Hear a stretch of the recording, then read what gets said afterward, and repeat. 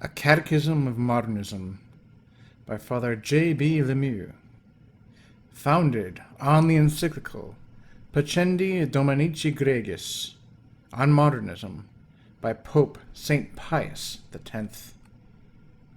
We must now break silence in order to expose before the whole Church in their true colors those men who have assumed this bad disguise. St. Pius X. Letter of His Eminence Cardinal Merry de Val to the author. Your Reverence, a high commendation, and at the same time an expression of keenest satisfaction, is what I have the pleasure of forwarding to your Reverence, in the name of the Sovereign Pontiff, after handing him the splendid brochure bearing the title Catechism of Modernism, founded upon the encyclical Pascendi Dominici Gregis. The character of the pontifical document, and the nature of the errors therein condemned, might perhaps render difficult a complete and ready understanding of the important encyclical in its every detail. I speak for the less cultured classes, and for those who are strangers to the movement of good, as well as of evil, doctrines. Unhappily, they fall a very easy prey to all errors, especially when these errors are presented under a false scientific guise. Nor are they, on the other hand, sufficiently wide awake to understand, as readily, the cause of the evil. Hence, you have accomplished a remarkably useful work, by resolving the document into questions, according to the simple and plain method of your catechism. Thereby you bring it within the intellectual grasp of the less cultured. His Holiness views with complacency the spirited and fruitful work of your Reverence, and he commends you for still another reason, to wit, that you have in no wise departed from the letter of the encyclical. He hopes to see the product of your timely study obtain a wide circulation, and accords you from his heart the apostolic benediction. Communicating these sentiments to you, I thank you for the copy of the brochure which you have so kindly sent me.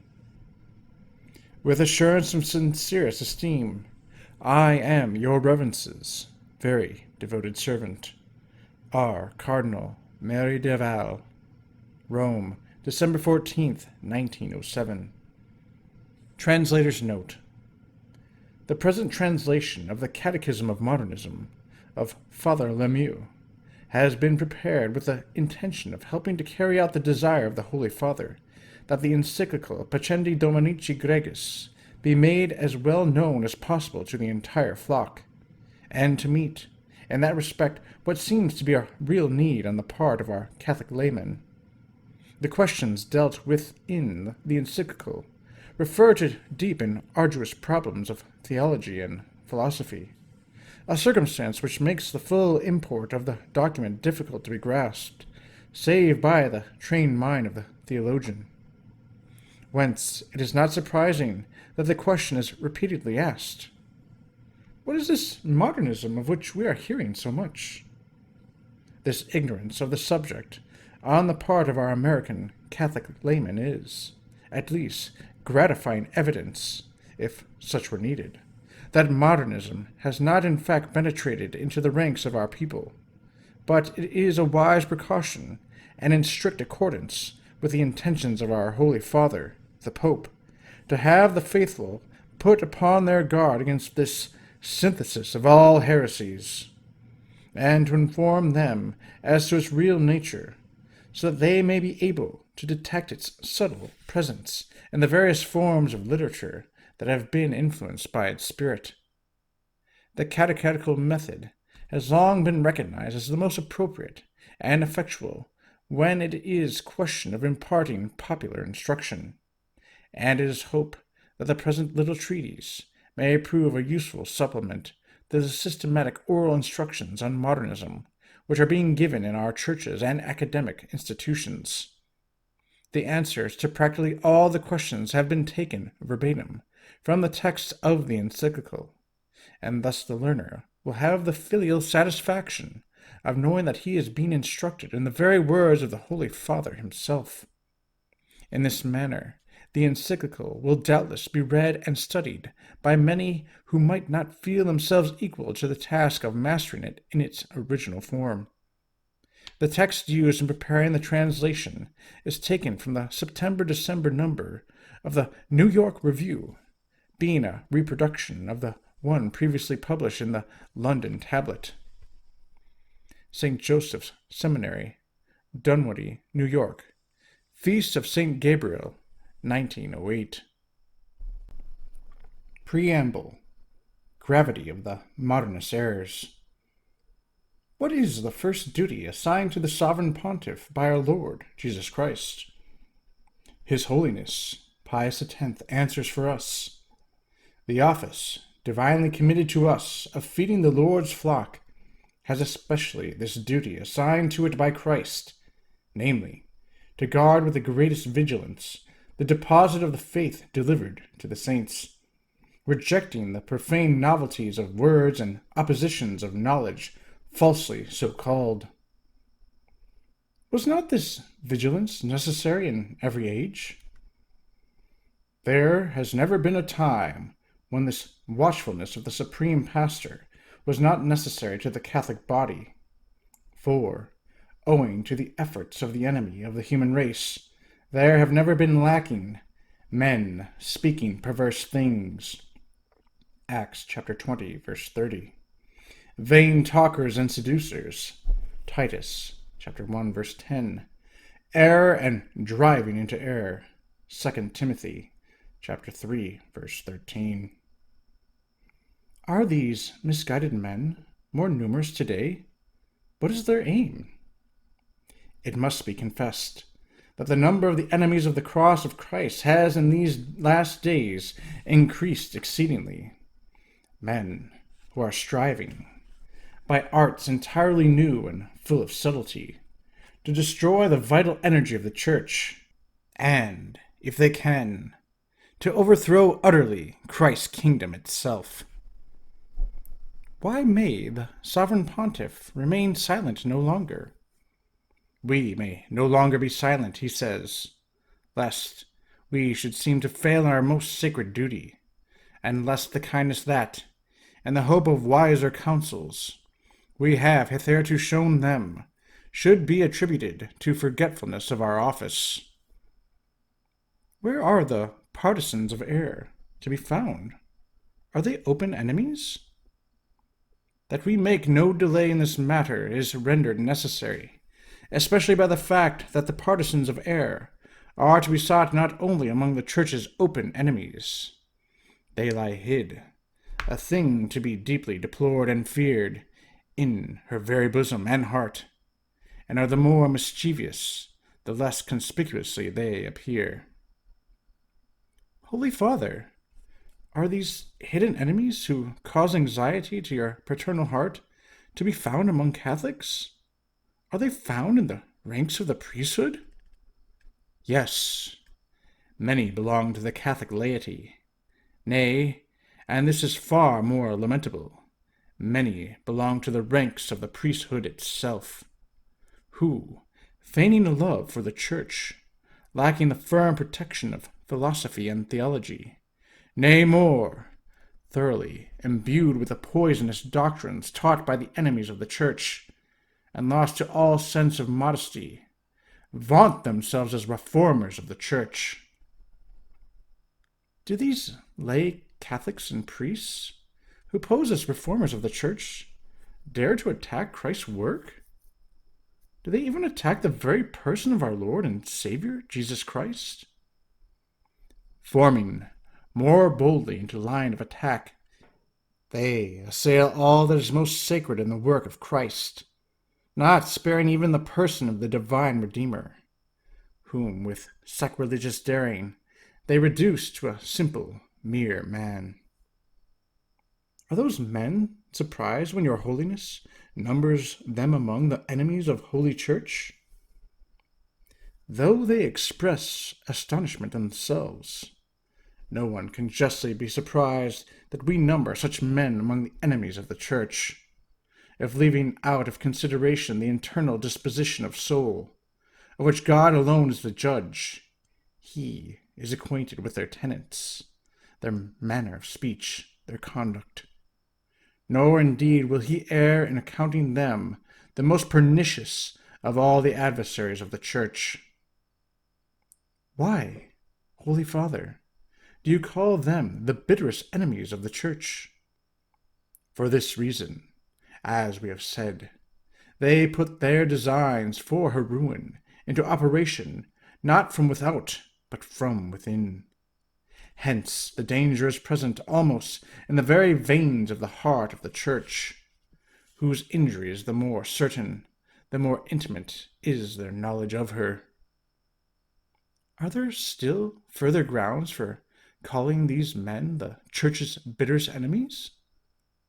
Yes, they lay the axe not to the branches and shoots, but to the very root, that is, to the faith and its deepest fibers. Do they withhold their hands when they have struck at the root of life? Having struck at this root of immortality, they proceed to disseminate poison through the whole tree, so that there is no part of Catholic truth from which they hold their hand, none that they do not strive to corrupt. How do they pursue their purpose? What tactics do they employ? None is more skilful, none more astute than they, in the employment of 1,000 noxious arts, for they double the parts of rationalist and Catholic, and this so craftily that they easily lead the unwary into error. Should not Catholic laymen and priests fear and recoil from the consequences of these doctrines? The consequences should make them hesitate. But since audacity is their characteristic, there is no conclusion of any kind from which they shrink, or which they do not thrust forward with pertinacity and assurance. Why are they particularly dangerous and calculated to deceive souls? They are indeed well calculated to deceive souls, because they lead a life of the greatest activity, of assiduous and ardent application to every branch of learning, and because they possess, as a rule, a reputation for the strictest morality. Holy Father, do you hope to cure these misguided ones? This almost destroys all hope of cure. Their very doctrines have given such a bent to their minds that they disdain all authority and brook no restraint, and relying upon a false conscience, they attempt to ascribe to a love of truth that which is in reality the result of pride and obstinacy.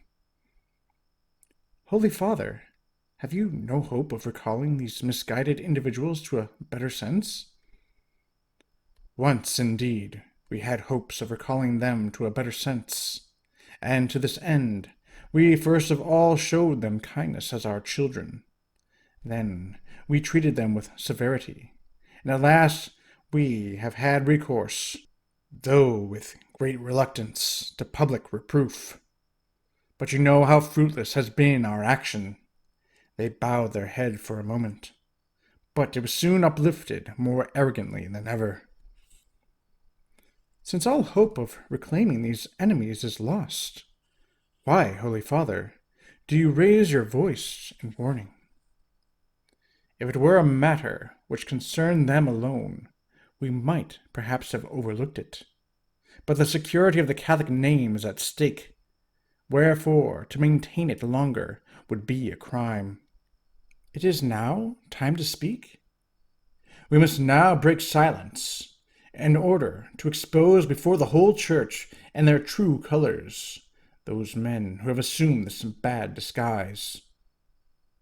By what name may we call these new enemies of Jesus Christ and of his Holy Church? They are commonly and rightly called Modernists. End and division of the encyclical. Give the end and division of the encyclical? Since the Modernists employ a very clever artifice, namely, to present their doctrines without order and systematic arrangement into one whole, scattered and disjointed one from another, so as to appear to be in doubt and uncertainty, while they are in reality firm and steadfast. It will be of advantage to bring their teachings together here into one group, and to point out the connection between them, and thus to pass to an examination of the sources of the errors, and to prescribe remedies for averting the evil. Part 1. The Modernist Errors. Part 2. The Causes of the Modernist Errors. Part 3. Remedies for the Modernist Errors. Part 1. The Modernist Errors. Prelude. To proceed in an orderly manner in the exposition of the errors of modernism, how many personalities must we consider in the modernist? To proceed in an orderly manner in this recondite subject, it must first of all be noted that every modernist sustains and comprises within himself many personalities. He is a philosopher, a believer, a theologian, an historian, a critic, an apologist, a reformer. These roles must be clearly distinguished from one another by all who would accurately know their system and thoroughly comprehend the principles and the consequences of their doctrines. Chapter 1. The Religious Philosophy of the Modernists. Part 1. Agnosticism. We begin, then, with the philosopher. What doctrine do the modernists use as the foundation for their religious philosophy? Modernists place the foundation of religious philosophy and that doctrine which is usually called agnosticism. Give the teaching of agnosticism. According to this teaching, human reason is confined entirely within the field of phenomena, that is to say, to things that are perceptible to the senses, and in the manner in which they are perceptible. It has no right and no power to transgress these limits. Hence, it is incapable of lifting itself up to God, and of recognizing his existence, even by means of visible things. What conclusions do modernists draw from this doctrine? From this, it is inferred that God can never be the direct object of science, and that, as regards history, he must not be considered as an historical subject. What, according to these premises, will become of natural theology, the motives of credibility and of external revelation? Given these premises, all will readily perceive what becomes of natural theology, of the motives of credibility, of external revelation. The modernists simply make away with them altogether. They include them in intellectualism, which they call a ridiculous and long ago defunct system. Do the condemnations of the Church exercise any restraint on the modernists? Nor does the fact that the Church has formally condemned these portentous errors exercise the slightest restraint upon them. What definition of the Vatican Council may be cited against the modernists? The Vatican Council has defined, if anyone says that the one true God, our Creator and Lord, cannot be known with certainty by the natural light of human reason, by means of the things that are made, let him be anathema.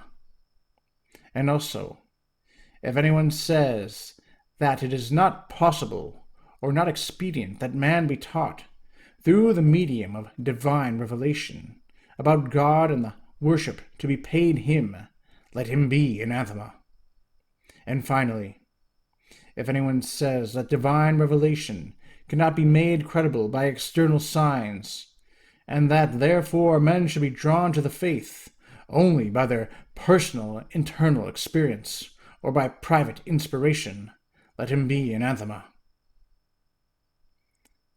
But how can the modernists make the transition from agnosticism, which is a state of pure nescience, to scientific and historic atheism, which is a doctrine of positive denial, and consequently, by what legitimate process of reasoning, starting from ignorance as to whether God has in fact intervened in the history of the human race or not, do they proceed, in their explanation of this history, to ignore God altogether, as if he really had not intervened? The matter may be understood from this. It is a fixed and established principle among them that both science and history must be atheistic, and within their boundaries there is room for nothing but phenomena. God and all that is divine are utterly excluded. According to this absurd teaching, what must be held regarding the sacred person of Christ? What concerning the mysteries of his life and death, and of his resurrection and ascension into heaven? All this we shall soon see. Part 2. Vital Immanence. From what you have just said, it is clear that agnosticism is but the negative part of the system of the modernists. Will you give the positive side? The positive side of it consists in what they call vital immanence. How do the modernists advance from agnosticism to immanence? This is how they advance from one to the other. Religion, whether natural or supernatural, must, like every other fact, admit of some explanation. But when natural theology has been destroyed, the road to revelation closed through the rejection of the arguments of credibility, and all external revelation absolutely denied, it is clear that this explanation will be sought in vain outside man himself. It must, therefore, be looked for in man, and since religion is a form of life, the explanation must certainly be found in the life of man. Hence, the principle of religious immanence is formulated. It seems that the modernist partisans of agnosticism can find only in man and in his life the explanation of religion. Now, to explain this vital immanence, what do they give as the first stimulus and the first manifestation of all vital phenomena, but particularly of religion? The first actuation, so to say, of every vital phenomenon and religion, as has been said, belongs to this category. It is due to a certain necessity or impulsion, but it has its origin, speaking more particularly of life, in a movement of the heart, which movement is called a sentiment. Whence, according to this, originates the principle of faith and, consequently, the principle of religion? Since God is the object of religion, we must conclude that faith, which is the basis and the foundation of all religion, consists in a sentiment which originates from a need of the divine. Does this need of the divine, according to modernists, appertain to the domain of consciousness? The need of the divine, which is experienced only in special and favorable circumstances, cannot of itself appertain to the domain of consciousness. Where is this need of the divine latent? It is at first latent within the consciousness, or, to borrow a term from modern philosophy, in the subconsciousness, where also its root lie hidden and undetected. Part 3. Origins of religion in general. Should anyone ask how it is that this need of the divine, which man experiences within himself, grows up into a religion, what do the modernists reply? The modernists reply thus. Science and history, they say, are confined within two limits. the one external, namely, the visible world, the other internal, which is consciousness. When one or other of these boundaries has been reached, there can be no further progress, for beyond is the unknowable. In presence of this unknowable, whether it is outside man and beyond the visible world of nature, or lies hidden within the subconsciousness, the need of the divine, according to the principles of fideism, excites in a soul, with a propensity towards religion, a certain special sentiment, without any previous advertence of the mind, and this sentiment possesses, implied within itself, both as its own object and as its intrinsic cause, the reality of the divine, and in a way unites man with God. It is this sentiment to which modernists give the name of faith, and this it is which they consider the beginning of religion. Part 4. Notion of Revelation. Is modernist philosophy confined to the above-mentioned system? We have not yet come to the end of their philosophy, or, to speak more accurately, their folly. What do the modernists find in their pretended sentiment of the divine? Modernism finds in this sentiment not faith only, but with and in faith, as they understand it, revelation, they say, abides. Do they find revelation? What more, they say, can one require for revelation? Is not that religious sentiment, which is perceptible in the consciousness, revelation, or at least the beginning of revelation? Nay, is not God himself, as he manifests himself to the soul, indistinctly, it is true, in this same religious sense, revelation? And they add, since God is both the object and the cause of faith, this revelation is at the same time of God and from God. That is, God is both the revealer and the revealed. What absurd doctrine flows from this philosophy, or rather from this modernist raving? Hence springs that ridiculous proposition of the modernists, that every religion, according to the different aspect under which it is viewed, must be considered as both natural and supernatural. What follows from this? Hence it is that they make consciousness and revelation synonymous. What supreme and universal law will the modernists derive from this doctrine? The law according to which religious consciousness is given as the universal rule, to be put on an equal footing with revelation, and to which all must submit.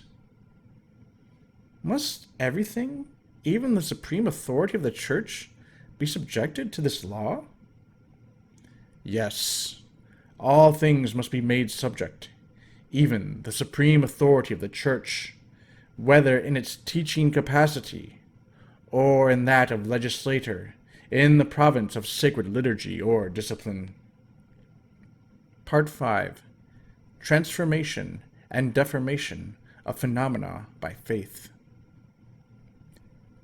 What more is requisite in order to give a complete idea of the origin of the faith and of revelation, as the modernists understand the matter? In all this process, from which, according to the modernists, faith and revelation spring, one point is to be particularly noted, for it is of capital importance on account of the historical critical corollaries which are deduced from it. How does the unknowable of the modernist philosophy, as above explained, present itself to faith? The unknowable they talk of does not present itself to faith as something solitary and isolated, but rather in close conjunction with some phenomenon, which, though it belongs to the realm of science and history, yet to some extent oversteps their bounds. What is this phenomenon? Such a phenomenon may be a fact of nature containing within itself something mysterious, or it may be a man whose character, actions, and words cannot, apparently, be reconciled with the ordinary laws of history. In this union of the unknowable with phenomenon, what is the result for faith? Faith, attracted by the unknowable, which is united with the phenomenon, possesses itself of the whole phenomenon, and, as it were, permeates it with its own life. From this possession of phenomenon by faith, and from the permeation of life, what follows? From this, two things follow. What is the first? The first is a sort of transfiguration of the phenomenon, by its elevation above its own true conditions, by which it becomes more adapted to that form of the divine which faith will infuse into it. What is the second? The second is a kind of disfigurement, which springs from the fact that faith, which has made the phenomenon independent of the circumstances of place and time, attributes to its qualities which it has not. Upon what phenomena, according to the Modernists, does this double work of transformation and deformation particularly act? This is true particularly of the phenomenon of the past, and the older they are, the truer it is. What laws do the Modernists deduce for this twofold operation? From these two principles the Modernists deduce two laws, which, when united with a third which they have already got from agnosticism, constitute the foundation of historical criticism. Give an example of these three laws. We will take an illustration from the person of Christ. In the person of Christ, they say, science and history encounter nothing that is human. Therefore, in virtue of the first canon deduced from agnosticism, whatever there is in his history suggestive of the divine must be rejected. Then, according to the second canon, the historical person of Christ was transfigured by faith. Therefore, everything that raises it above historical conditions must be removed. Lastly, the third canon, which lays down that the person of Christ has been disfigured by faith, requires that everything should be excluded, deeds and words, and all else that is not in keeping with his character, circumstances, and education, and with the place and time in which he lived. Is not this a strange style of reasoning? A strange style of reasoning, truly, but it is modernist criticism. Part 6. Origin of religions in particular. Is religious sentiment, then, to use a modernist expression, the true germ and complete explanation of all that is in religion? The religious sentiment, which, through the agency of vital immanence, emerges from the lurking places of the subconsciousness, is the germ of all religion, and the explanation of everything that has been or ever will be in any religion. How does this religious sentiment mature? This sentiment, which was at first only rudimentary and almost formless, gradually matured under the influence of that mysterious principle from which it originated, with the progress of human life, of which, as has been said, it is a form. Do all religions, according to the Modernists, originate in this manner? This is the origin of all religion. Must we say the same even of supernatural religions? Yes, even of supernatural religion. It is only a development of this religious sentiment. But do not the Modernists make an exception for the Catholic religion? No, the Catholic religion is not an exception. It is quite on a level with the rest. By what process and in whose consciousness do they say that the Catholic religion was engendered?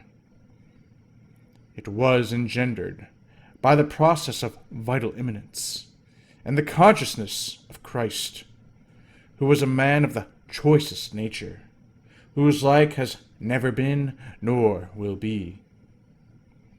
Is not this blasphemy? Those who hear these audacious, these sacrilegious assertions are simply shocked.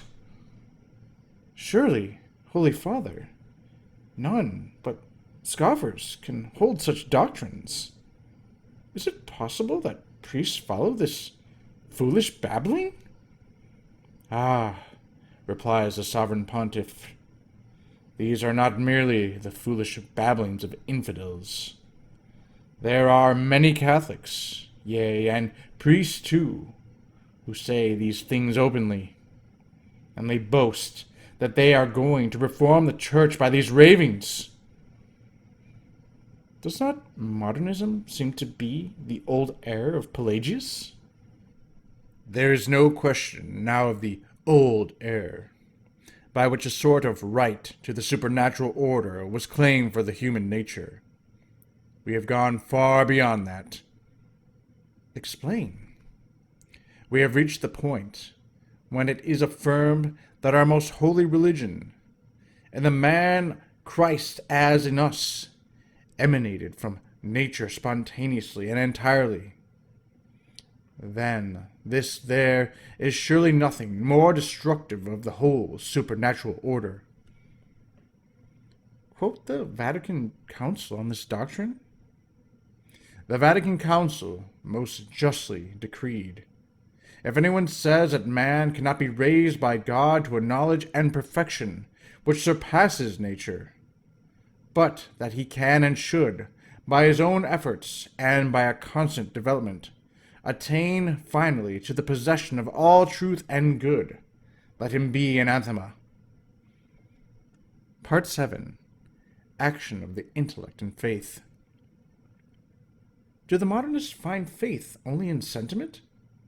Has not the intellect its part in the act of faith? So far, there has been no mention of the intellect.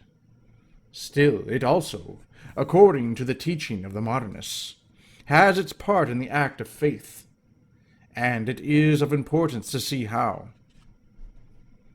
Does sentiment, according to the modernists, suffice to give us God, the object and author of faith? In that sentiment of which we have frequently spoken, since sentiment is not knowledge, God indeed presents himself to man, but in a manner so confused and indistinct that he can hardly be perceived by the believer. What is further required by sentiment?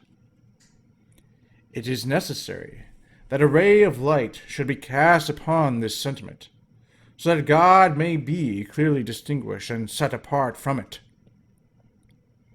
Is this enlightenment, then, the task of the intellect in the modernist act of faith? This is the task of the intellect, whose office it is to reflect and to analyze, and by means of which man must first transform into mental pictures the vital phenomena which arise within him, and then expresses them in words. Hence, the common saying of modernists, that the religious man must ponder his faith. Give the comparisons employed by the modernist to explain the action of the intellect when it encounters sentiment in the act of faith. The intellect encountering this sentiment, directs itself upon it, and produces in it a work resembling that of a painter who restores and gives new life to a picture that has perished with age. The simile is that of one of the leaders of modernism. What is the operation of the intellect in the production of the act of faith? The operation of the intellect in this work is a double one. Give the first operation? The intellect first, by a natural and spontaneous act, expresses its concept in a simple, ordinary statement. And the second?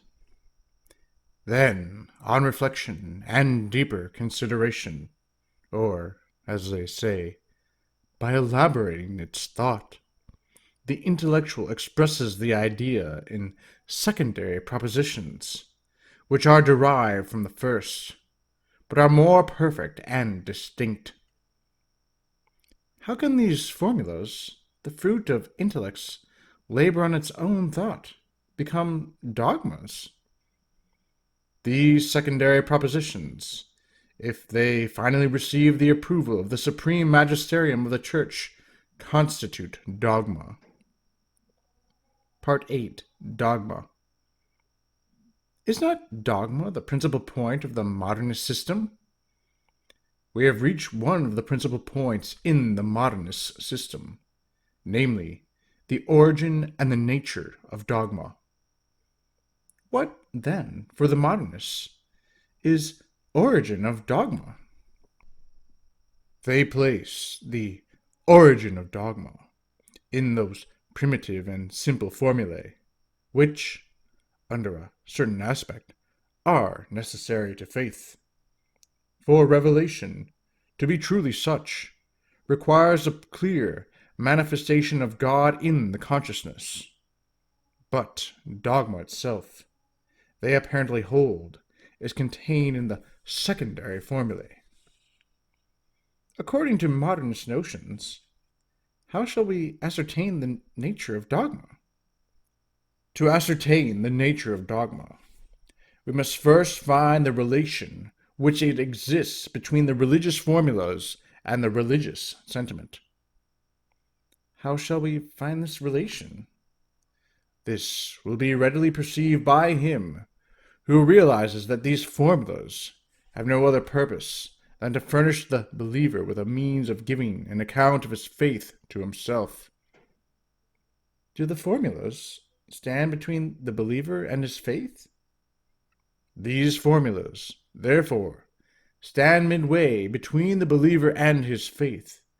In their relation to the faith, they are an adequate expression of its object, and are usually called symbols. In their relation to the believer, they are mere instruments. What shall we say of the truth expressed in these formulas?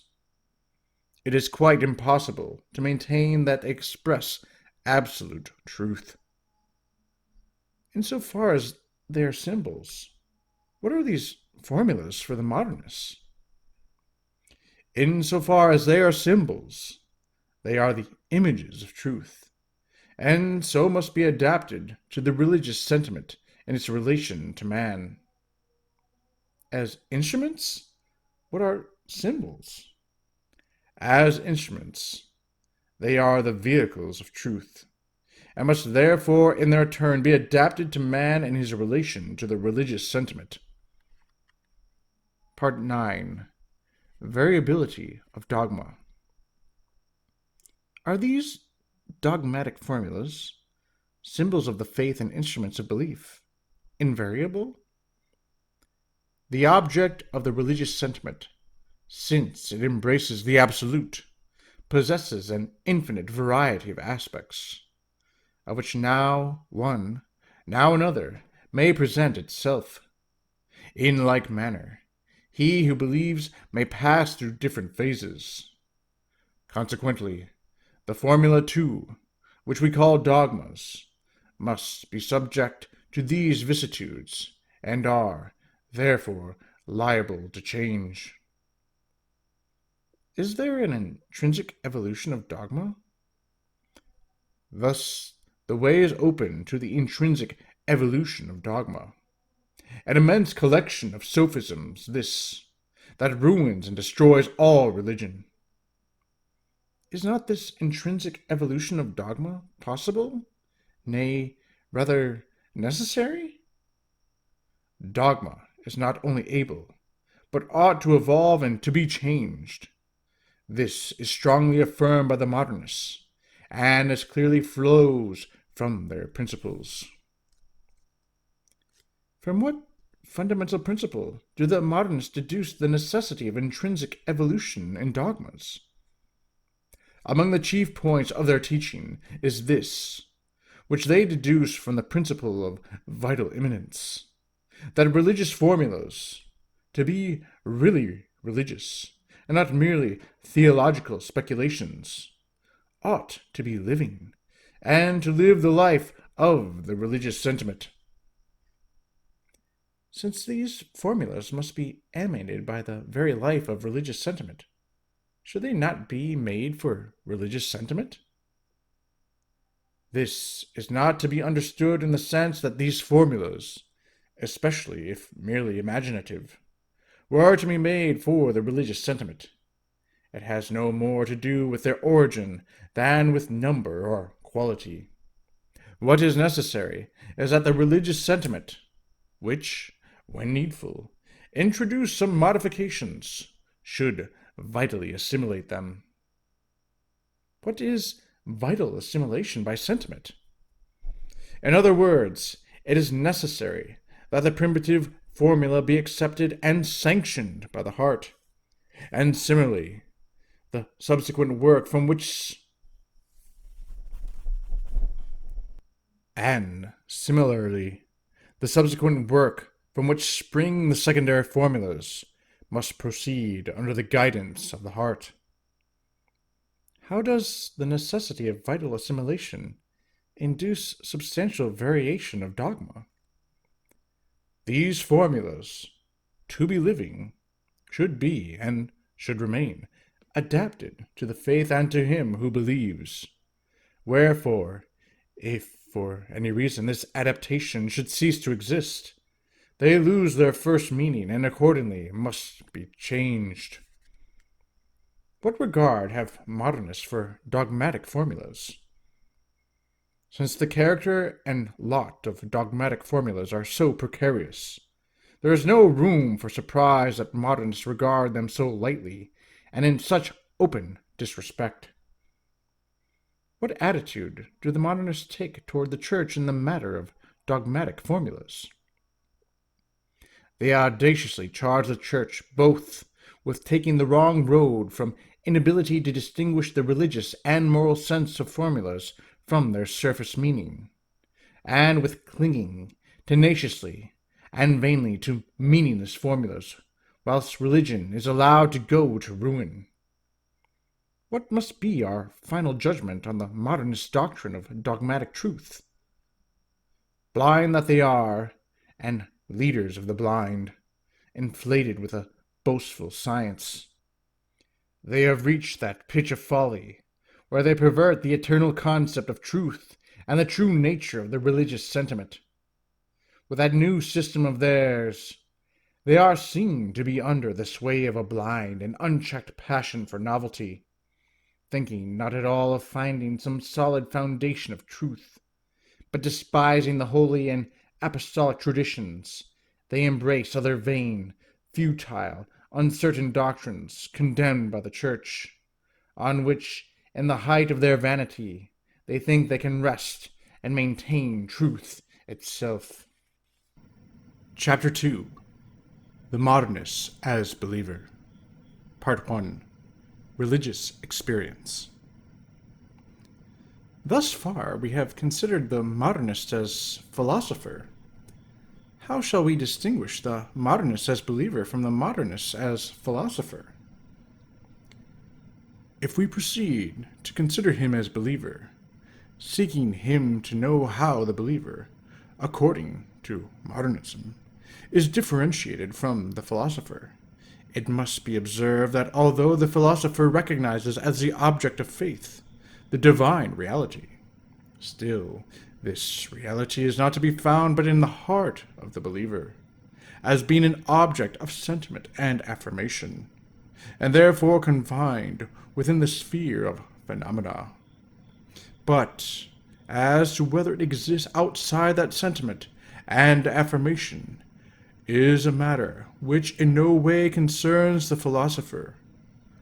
For the modernist believer, on the contrary, it is an established and certain fact that the divine reality does really exist in itself and quite independently of the person who believes in it. If then you ask, on what foundation this assertion of the believer rests, what do the modernists reply? In the experience of the individual. How do the modernists differ from the rationalists? On this head, the modernists differ from the rationalists only to fall into the opinion of the Protestants and pseudo-mystics.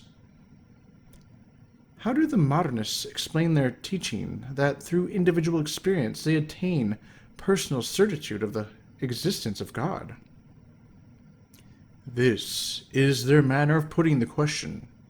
In the religious sentiment, one must recognize a kind of intuition of the heart, which puts man in immediate contact with the very reality of God, and infuses such a persuasion of God's existence and his action, both within and without man, as to excel greatly any scientific conviction.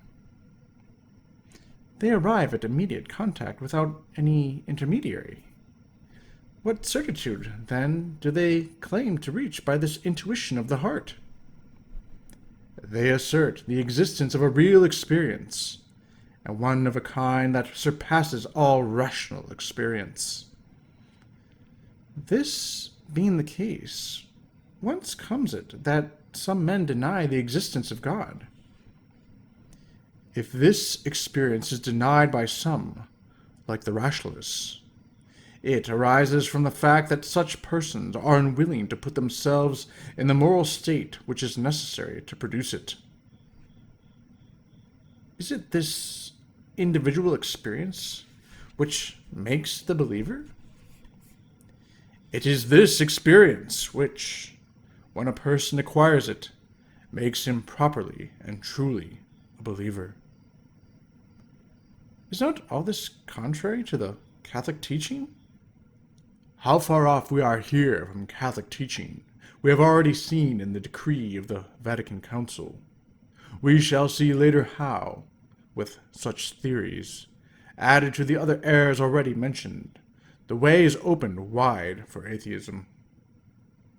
To be consistent, does it not seem from these principles that the modernists should advocate the truth of every religion? Here it is well to know that, given this doctrine of experience united with the other doctrines of symbolism, every religion, even that of paganism, must be held to be true. What is to prevent such experiences from being met with in every religion?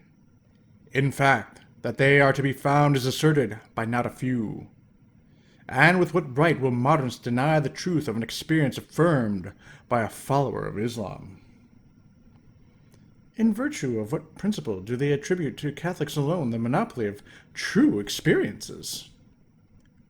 With what right can they claim true experiences for Catholics alone? Modernists do not deny, but actually admit, some confusedly, others in the most open manner, that all religions are true. Draw a strict conclusion from the modernist principles. That they cannot feel otherwise is clear.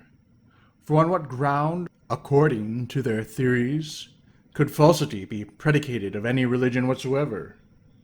It must be certainly on one of these two, either on account of the falsity of the religious sentiment, or on account of the falsity of the formula pronounced by the mind.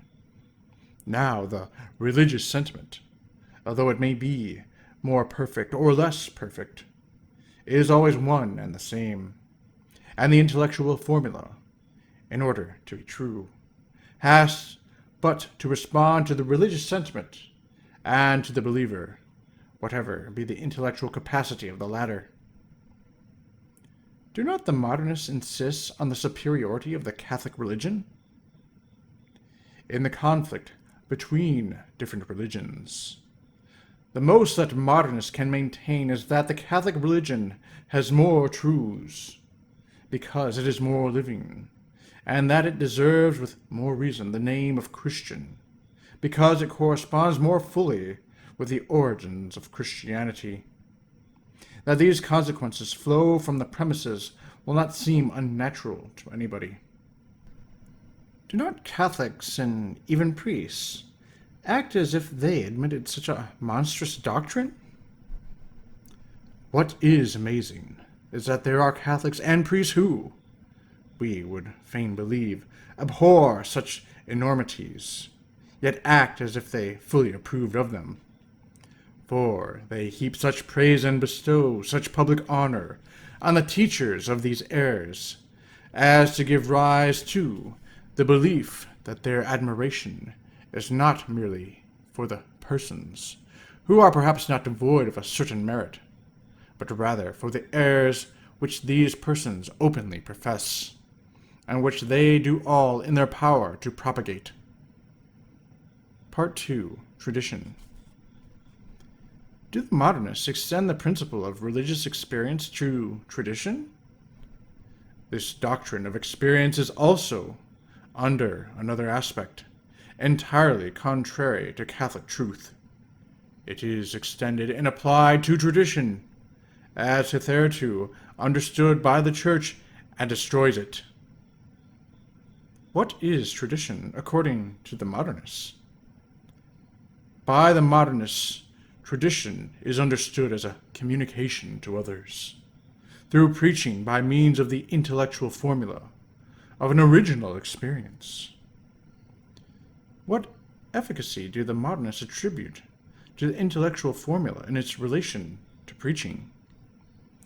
To this formula, in addition to its representative value, they attribute a species of suggestive efficacy. In whom does the suggestive efficacy act? It acts both in the person who believes to stimulate the religious sentiment, should it happen to have grown sluggish, and to renew the experience once required, and in those who do not yet believe, to awake for the first time the religious sentiment in them, and to produce the experience. Does religious experience propagate tradition? In this way is religious experience propagated among the people, and not merely among contemporaries by preaching, but among future generations, both by books and by oral transmission from one to another. Sometimes this communication of religious experience takes root and thrives. At other times it withers and blunts and dies. What is the proof of truth for tradition among the modernists? For the modernists to live is a proof of truth, since for them life and truth are one and the same thing. What conclusion are we to draw in regard to existing religions? Hence, again, it is given to us to infer that all existing religions are equally true, for otherwise they would not live. Part 3.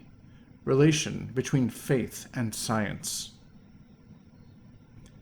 Can we now give an idea of the relations between science, including also history under this head, and faith? Having reached this point, we have sufficient material in hand to enable us to see the relations which modernists establish between faith and science, including history, also under the name of science. What distinction do the modernists place between the object of faith and the object of science? In the first place, it is to be held that the object of the one is quite extraneous to and separate from the object of the other.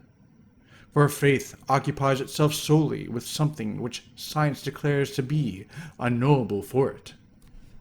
Hence, each has a separate field assigned to it, Science is entirely concerned with the reality of phenomena, into which faith does not enter at all.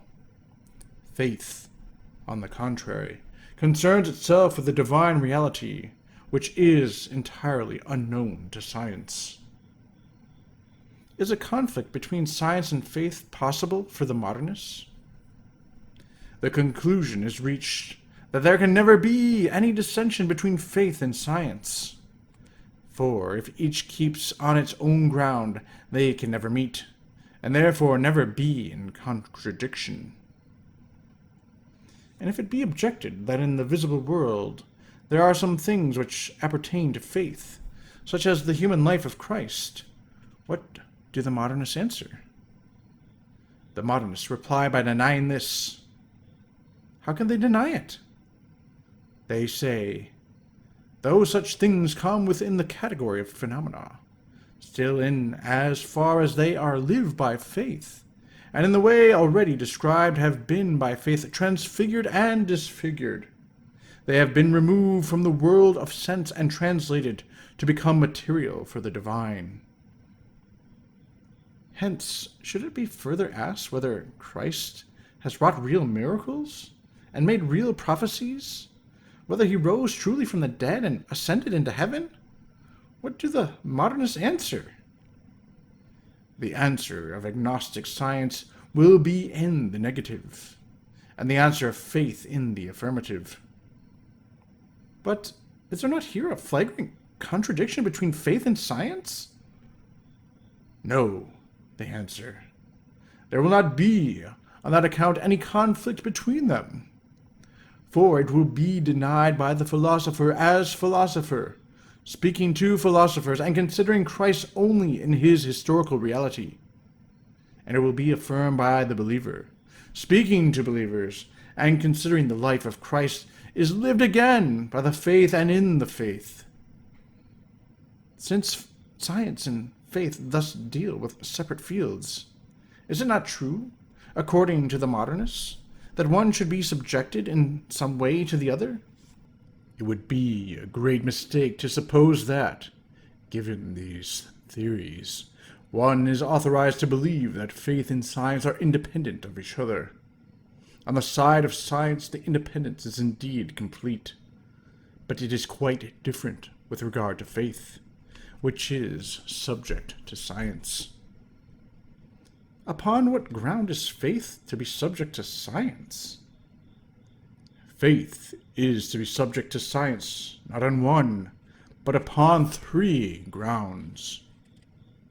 What is the first ground of subjection? In the first place, it must be observed that in every religious fact, when you can take away the divine reality and the experience of it, which the believer possesses, everything else, and especially the religious formulas of it, belongs to the sphere of phenomena, and therefore falls under the control of science.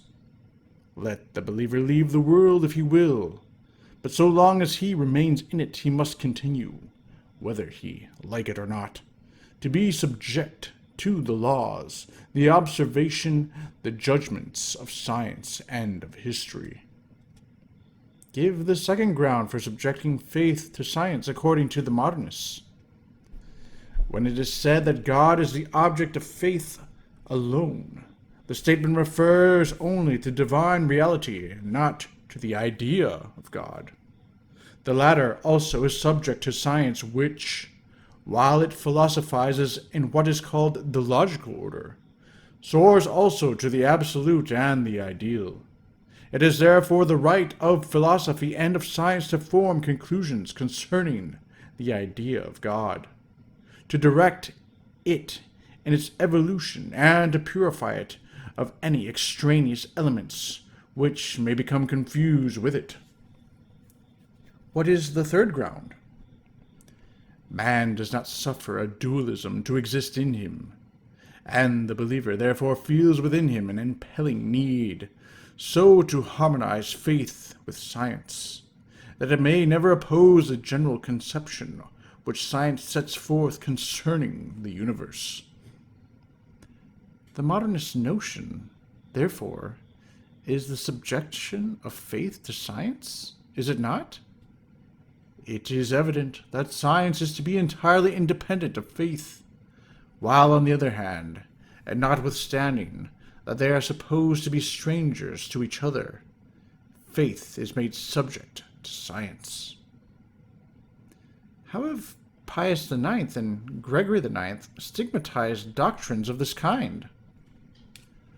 All this is in formal opposition with the teachings of our predecessor, Pius IX, where he lays it down that, in matters of religion, it is the duty of philosophy not to command but to serve, not to prescribe what is to be believed, but to embrace what is to be believed with a reasonable obedience, not to scrutinize the depths of the mysteries of God, but to venerate them devoutly and humbly.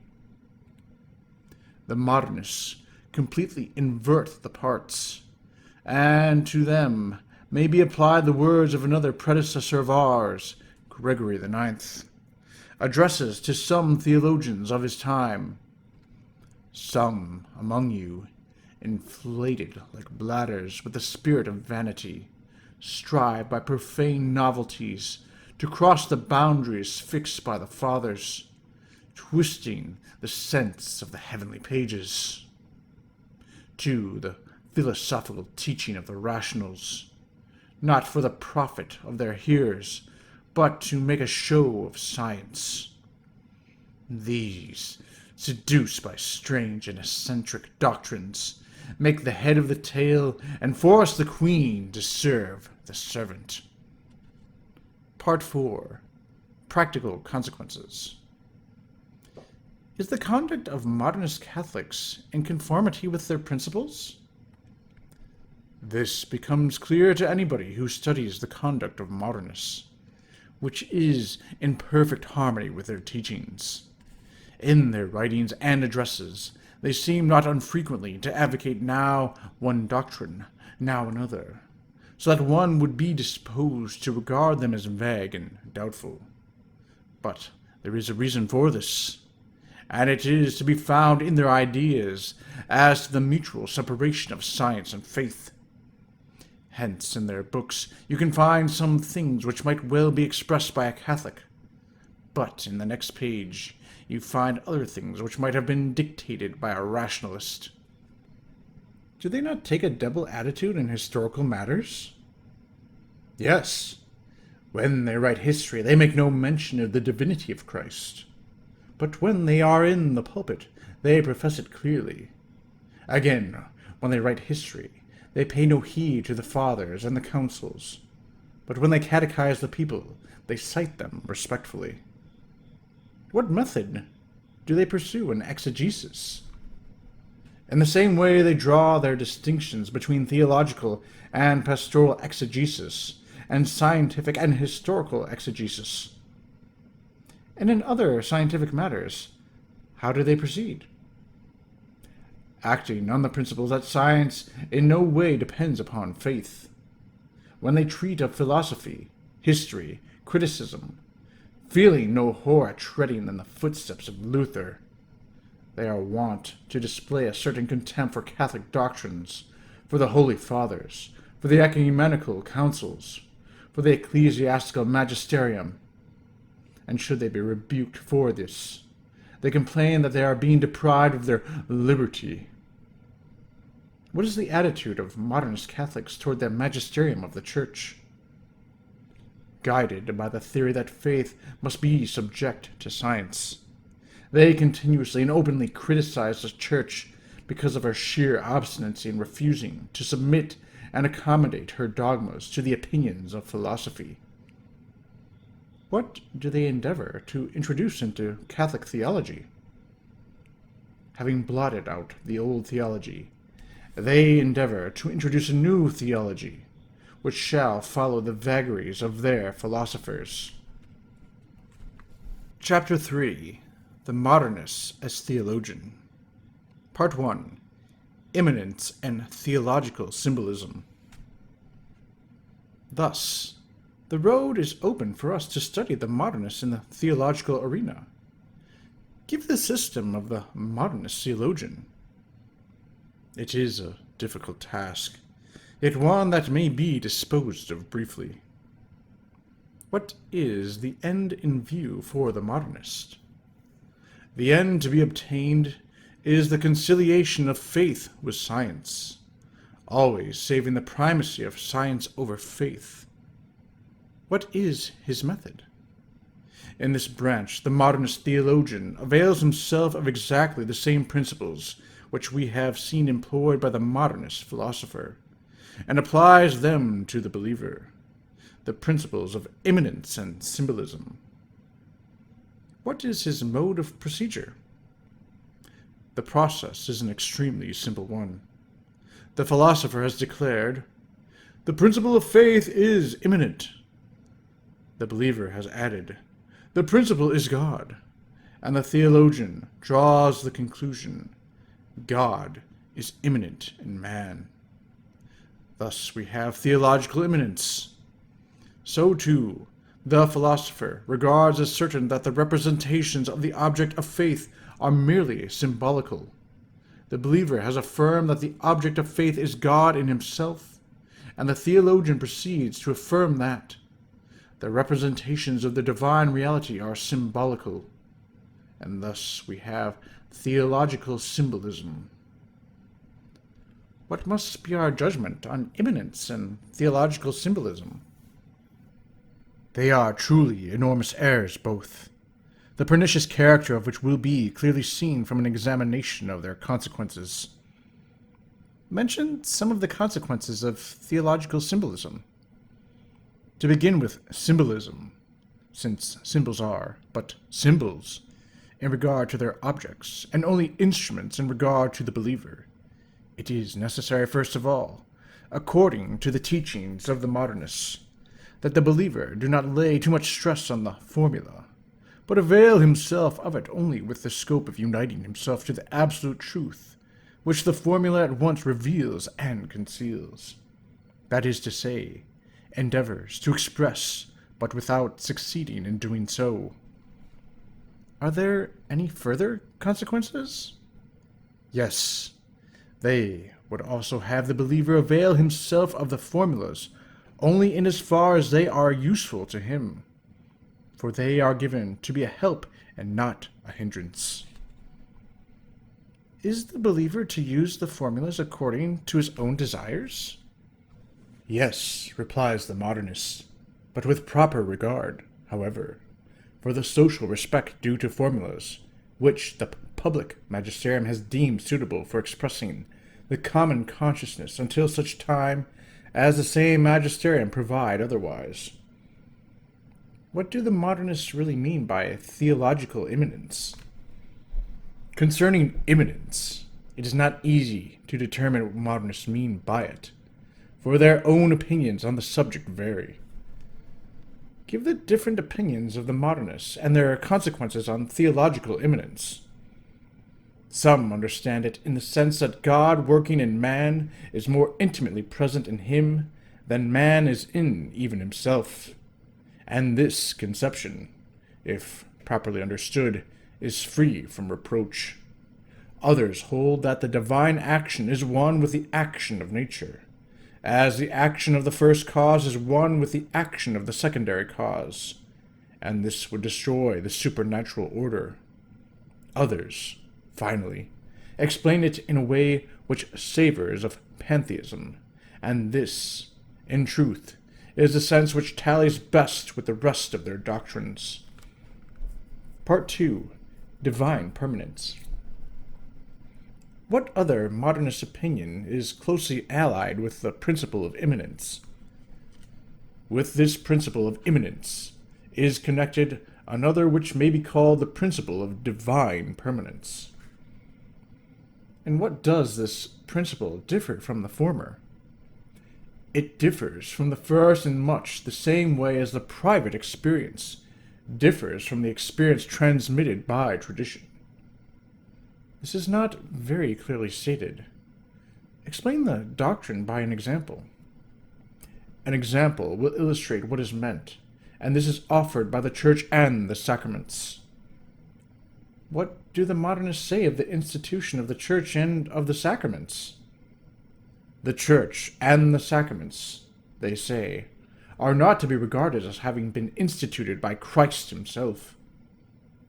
How can the institution of the sacraments and of the Church by Jesus Christ himself be in contradiction to modernist principles? This is forbidden by agnosticism, which sees in Christ nothing more than a man whose religious consciousness has been, like that of all men, formed by degrees. It is also forbidden by the law of immanence, which rejects what they call external application. It is further forbidden by the law of evolution, which requires for the development of the germs a certain time and a certain series of circumstances. It is, finally, forbidden by history, which shows that such in fact has been the course of things. Were not the sacraments in the Church then instituted by Christ? It is to be held that both Church and sacraments have been founded immediately by Christ. How do the modernist theologians endeavor to prove this divine origin of the Church and of the sacraments? In this way. All Christian consciences were, they affirm, in a manner virtually included in the conscience of Christ, as the plant is included in the seed. But as the shoots live the life of the seed, so, too, all Christians are to be said to live the life of Christ. But the life of Christ is according to faith, and so, too, is the life of Christians. And since this life produced, in the course of ages, both the Church and the sacraments, it is quite right to say that their origin is from Christ and is divine. Do not the modernists follow the same method in proving the divinity of the Holy Scriptures and the dogmas? In the same way they prove that the Scriptures and the dogmas are divine.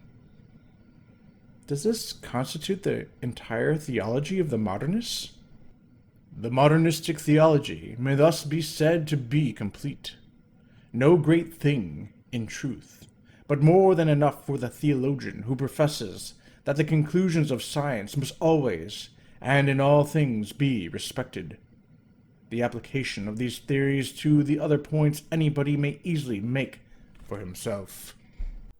Chapter 4. The Religious Philosophy of the Modernists, continued. Shoots of the Faith. Part 1. Dogma. Thus far you have spoken of the origin and nature of faith. Among the modernists, has not the faith many shoots? The faith has many shoots, and chief among them are the Church, dogma, worship, the books which we call sacred. Tell us what the modernists teach about these shoots. To begin with dogma, we have already indicated its nature and origins. How is dogma born, according to the modernist theology? Dogma is born of a species of impulse or necessity, by virtue of which the believer is constrained to elaborate his religious thought, so as to render it clearer for himself and others. And what does this elaboration of religious thought consist? This elaboration consists entirely in the process of penetrating and refining the primitive formula. Is this elaboration of rational or logical development? It is not, they say, in itself, according to logical development. It develops as required by circumstances, or vitally, as the modernists more obtrusely put it. What, according to the modernists, is produced by this elaboration of religious thought? Around the primitive formula, secondary formulas gradually continued to be formed, and these subsequently grouped into bodies of doctrine, or into doctrinal constructions, as they prefer to call them, and further sanctioned by the public magisterium as responding to their common consciousness, are called dogma. Do the modernists distinguish dogma from the speculations of theologians? Yes. Dogma is to be carefully distinguished from the speculations of theologians. Of what utility, then, are the speculations of theologians? Although not alive with the life of dogma, they are not without their utility as serving to harmonize religion with science, and remove opposition between the two, in such a way as to throw light from without on religion, and, it may be, even to prepare the matter for future dogma. Part 2. Worship. What is the modernist theological doctrine on worship and the sacraments? Concerning worship, there would not be much to be said, were it not that under this head are comprised the sacraments, concerning which the modernists fall into the gravest errors. According to the modernists, of what are the sacraments and worship the resultant? For them, the sacraments are the resultant of a double need, for, as we have seen, everything in their system is explained by inner impulses or necessities. Explain this double need, of which the modernist theologians speak.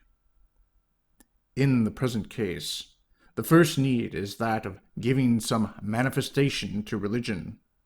The second is that of propagating it, which could not be done without some sensible form and consecrating acts, and these are called sacraments. What, according to the modernists, are the sacraments? To what may they be compared? For the modernists, the sacraments are mere symbols or signs, though not devoid of a certain efficacy.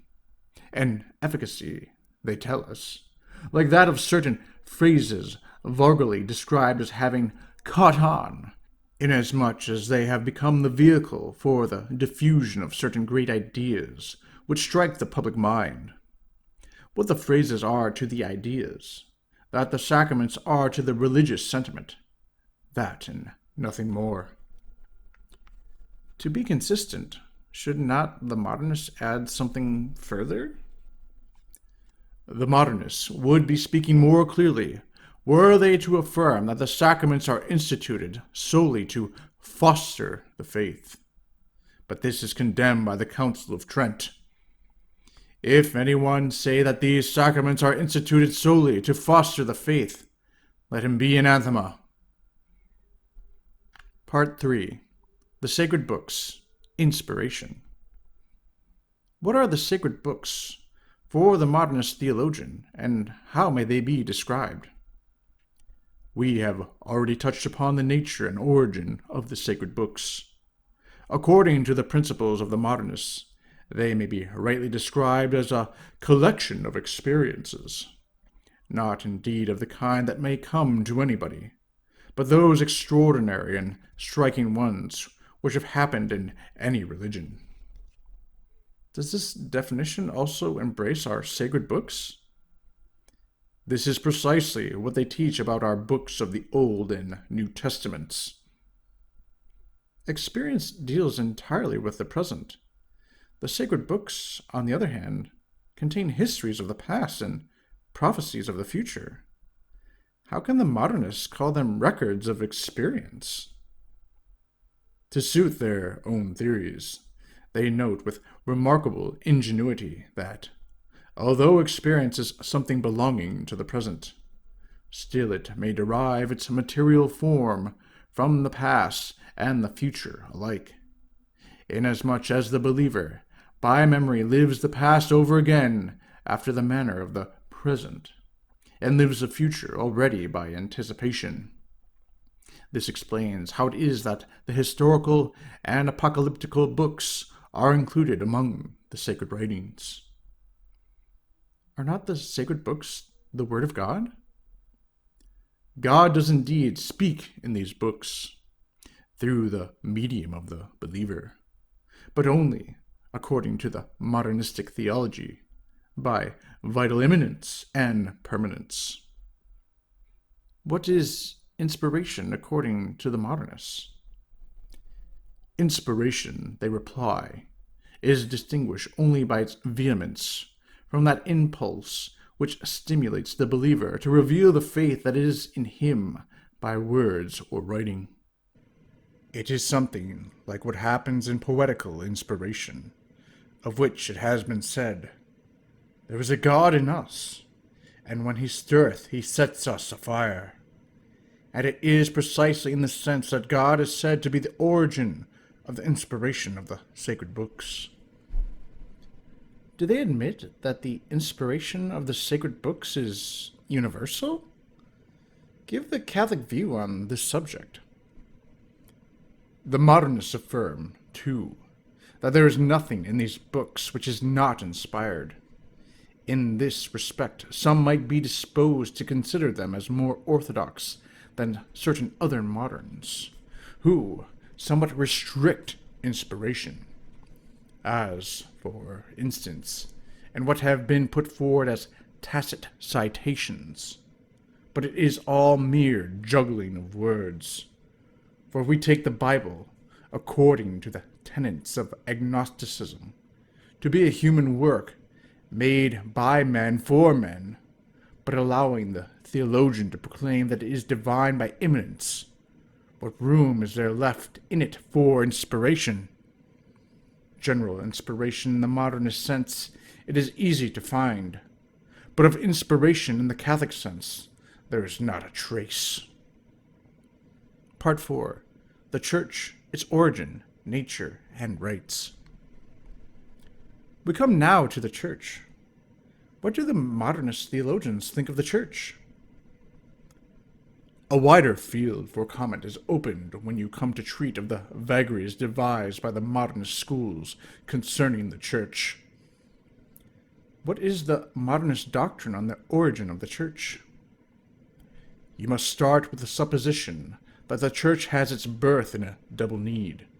The need of the individual believer, especially if he has had some original and special experience, to communicate his faith to others, and the need of the Mass, when the faith has become common to many, to form itself into a society and to guard, increase, and propagate the common good. What, then, is the Church? It is the product of the collective conscience, that is to say, of the society of individual consciences, which, by virtue of the principle of vital permanence, all depend on one first believer, who for Catholics is Christ. Whence, according to the modernist theologians, comes the disciplinary, doctrinal, and liturgical authority in the Catholic Church? Every society needs a directing authority to guide its members toward the common end, to conserve prudently the elements of cohesion, which in a religious society are doctrine and worship. Hence the triple authority in the Catholic Church: disciplinary, dogmatic, liturgical. From what do they gather the nature and duties of authority? The nature of this authority is to be gathered from its origin, and its rights and duties from its nature. What do the modernist theologians say of the authority of the Church in past ages? In past times it was a common error that authority came to the Church from without, that is to say, directly from God, and it was then rightly held to be autocratic. What of the authority today? This conception has now grown obsolete. For in the same way as the Church is a vital emanation of the collectivity of consciences, so too authority emanates vitally from the Church itself. Does not the authority of the Church, according to the modernist theologians, depend on the collective conscience? Authority, therefore, like the Church, has its origin in the religious conscience, and that being so is subject to it. Should the Church disown this dependence? What, according to the Modernists, is the result? Should it disown this dependence, it becomes a tyranny. It is not, then, a duty on the part of the Church to shape herself to democratic forms? We are living in an age when the sense of liberty has reached its fullest development, and when the public conscience has in the civil order introduced popular government. Now there are not two consciences in man, any more than there are two lives. It is for the ecclesiastical authority, therefore, to shape itself to democratic forms, unless it wishes to provoke and foment an intestine conflict in the consciousness of mankind. If the Church does not show herself pliant toward this doctrine of the Modernists, what will be the penalty of the Church and religion? The penalty of refusal is disaster, for it is madness to think that the sentiment of liberty, as it is now spread abroad, can surrender. Were it forcibly confined and held in bonds, terrible would be its outburst, sweeping in away at once both church and religion. What, finally, is the one great anxiety of the Modernists? Their one great anxiety is, in consequence, to find a way of conciliation between the authority of the Church and the liberty of believers. Part 5. Church and State. Must not the Church come to an amicable arrangement with civil societies? It is not with its own members alone that the Church must come to an amicable arrangement. Besides its relations with those within, it has others outside. The Church does not occupy the world all by itself. There are other societies in the world, with which it must necessarily have contact and relations. What are the rights and duties of the Church towards civil societies? The rights and duties of the Church towards civil societies must, therefore, be determined, of course, by its own nature, as it has been already described. What rules are to be applied to the relations of Church and State? The rules to be applied in this matter are those which have been laid down for science and faith, though in the latter case the question is one of objects, while here we have one of ends. In the same way, then, as faith and science are strangers to each other by reason of the diversity of their objects, Church and State are strangers by reason of the diversity of their ends, that of the Church being spiritual, while that of the State is temporal. Why, according to the Modernists, was there formerly attributed to the Church an authority which is denied her today? Formerly, it was possible to subordinate the temporal to the spiritual, and to speak of some questions as mixed, allowing to the Church the positions of queen and mistress and all such, because the Church was then regarded as having been instituted immediately by God, as the author of the supernatural order. But this doctrine is today repudiated alike by philosophy and history. Do the Modernists demand the separation of Church and State? The State must, therefore, be separated from the Church, and the Catholic from the citizen. Since the Catholic is at the same time a citizen, what should be his line of conduct, according to the Modernists? Every Catholic, from the fact that he is also a citizen, has the right and the duty to work for the common good in the way he thinks best, without troubling himself about the authority of the Church, without paying any heed to its wishes, its counsels, its orders, nay, even in spite of its reprimands. Has the Church, then, no right to prescribe a line of conduct for the Catholic citizen? To trace out and prescribe for the citizen any line of conduct, or any pretext whatsoever, is to be guilty of an abuse of ecclesiastical authority, Should the Church intervene? Is this, according to the Modernists, an abuse of authority? Yes, it is an abuse against which one is bound to act with all one's might. Have not these principles been already condemned by the Church? The principles from which these doctrines spring have been solemnly condemned by our predecessor, Pius VI, in the Constitution Actorum Fide. Are the Modernists satisfied with demanding the separation of church and state? It is not enough for the Modernist school that the state should be separated from the church, for as faith is to be subordinated to science, as far as phenomenal elements are concerned, so too in temporal matters the church must be subject to the state. Have Modernists really the effrontery to teach this? They do not say this openly as yet, but they will say it when they wish to be logical on this head.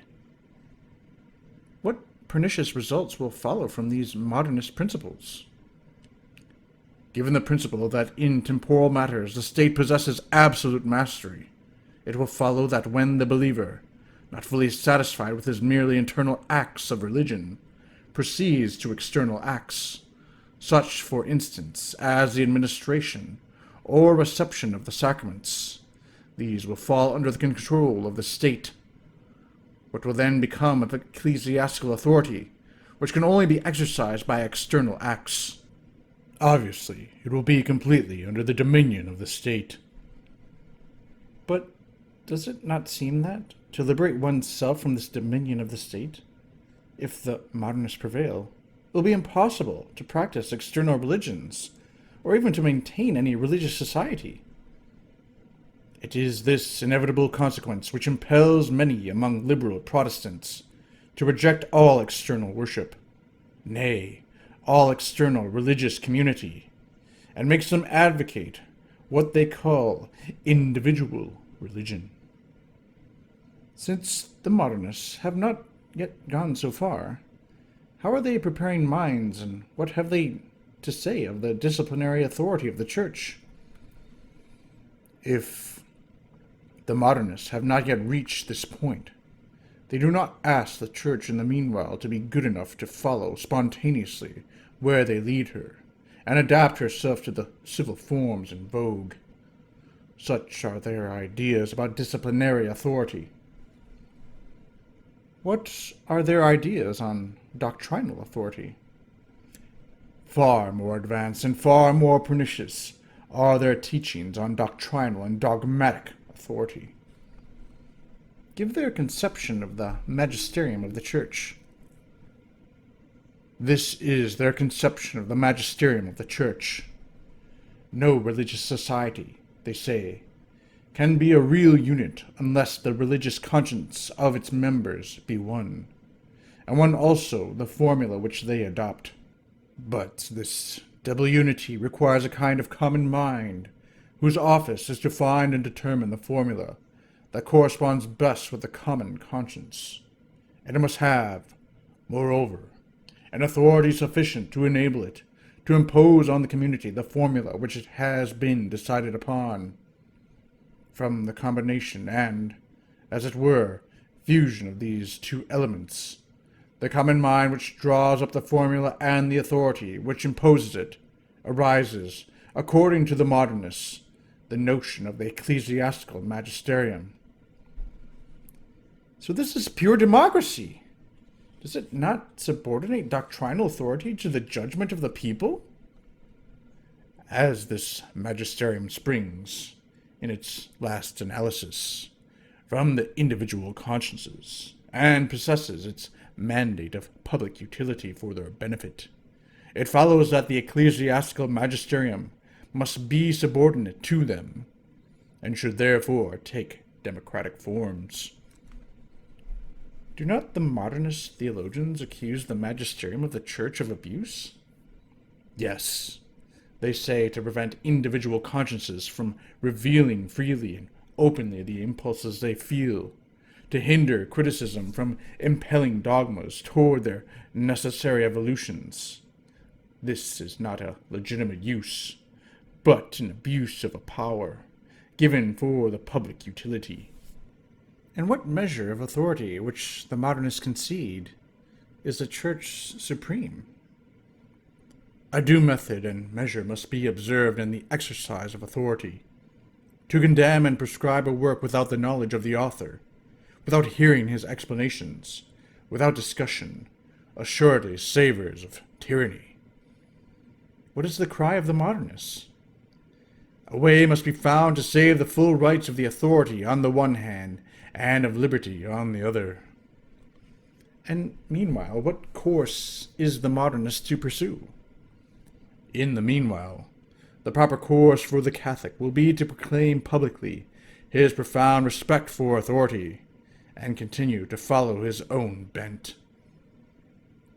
Although rebels, did the modernist theologians grant to the Church a right to solemn worship and external pomp?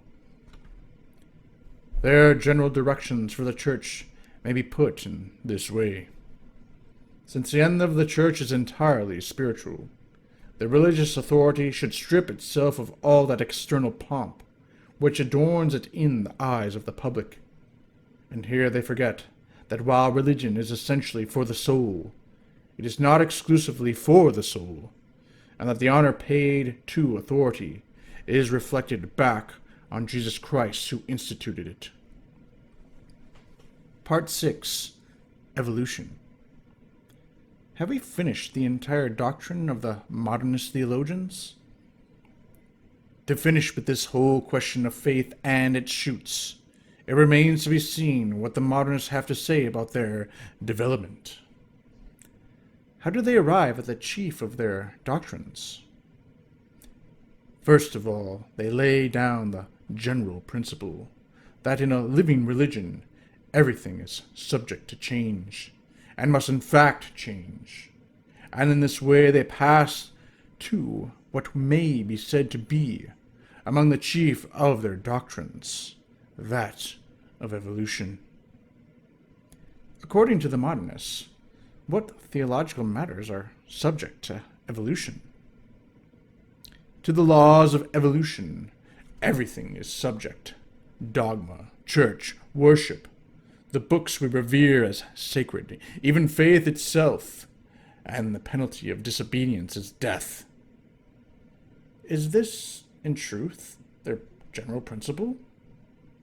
The enunciation of this principle will not astonish anybody who bears in mind what the modernists have had to say about each of these subjects. Having laid down this law, how did the modernists put it in action? What was the primitive form of faith?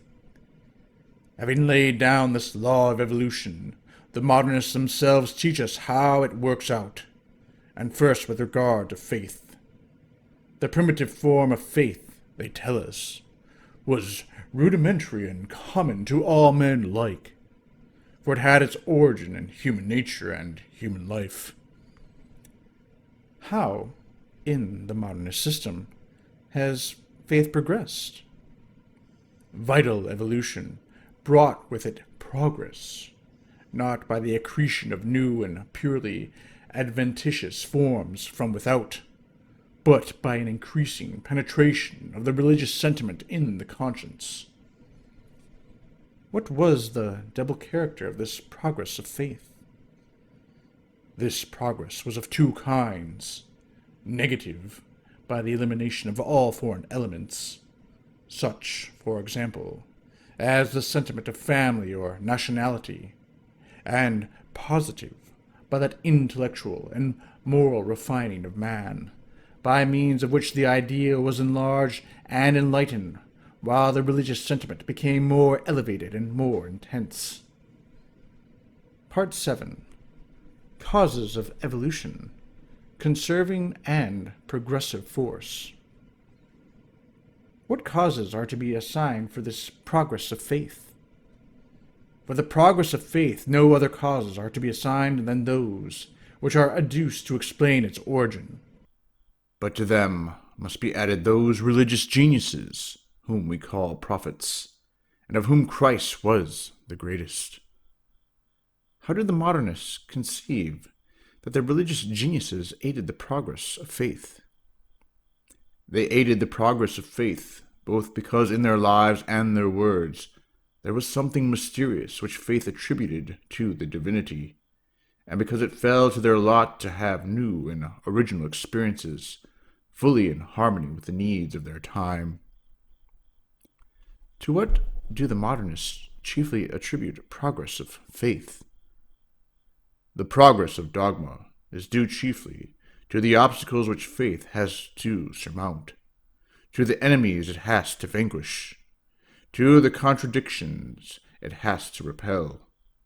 Add to this a perpetual striving to penetrate ever more profoundly its own mysteries. Give, as an example of this, the Modernist view on the divinity of Christ. To omit other examples, it has happened in the case of Christ.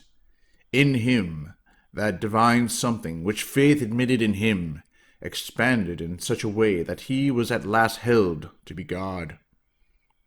What is the chief stimulus in the domain of worship?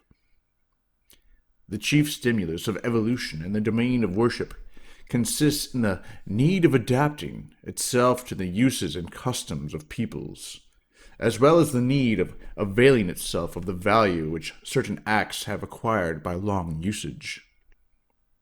What is the principal factor in the evolution of the Church?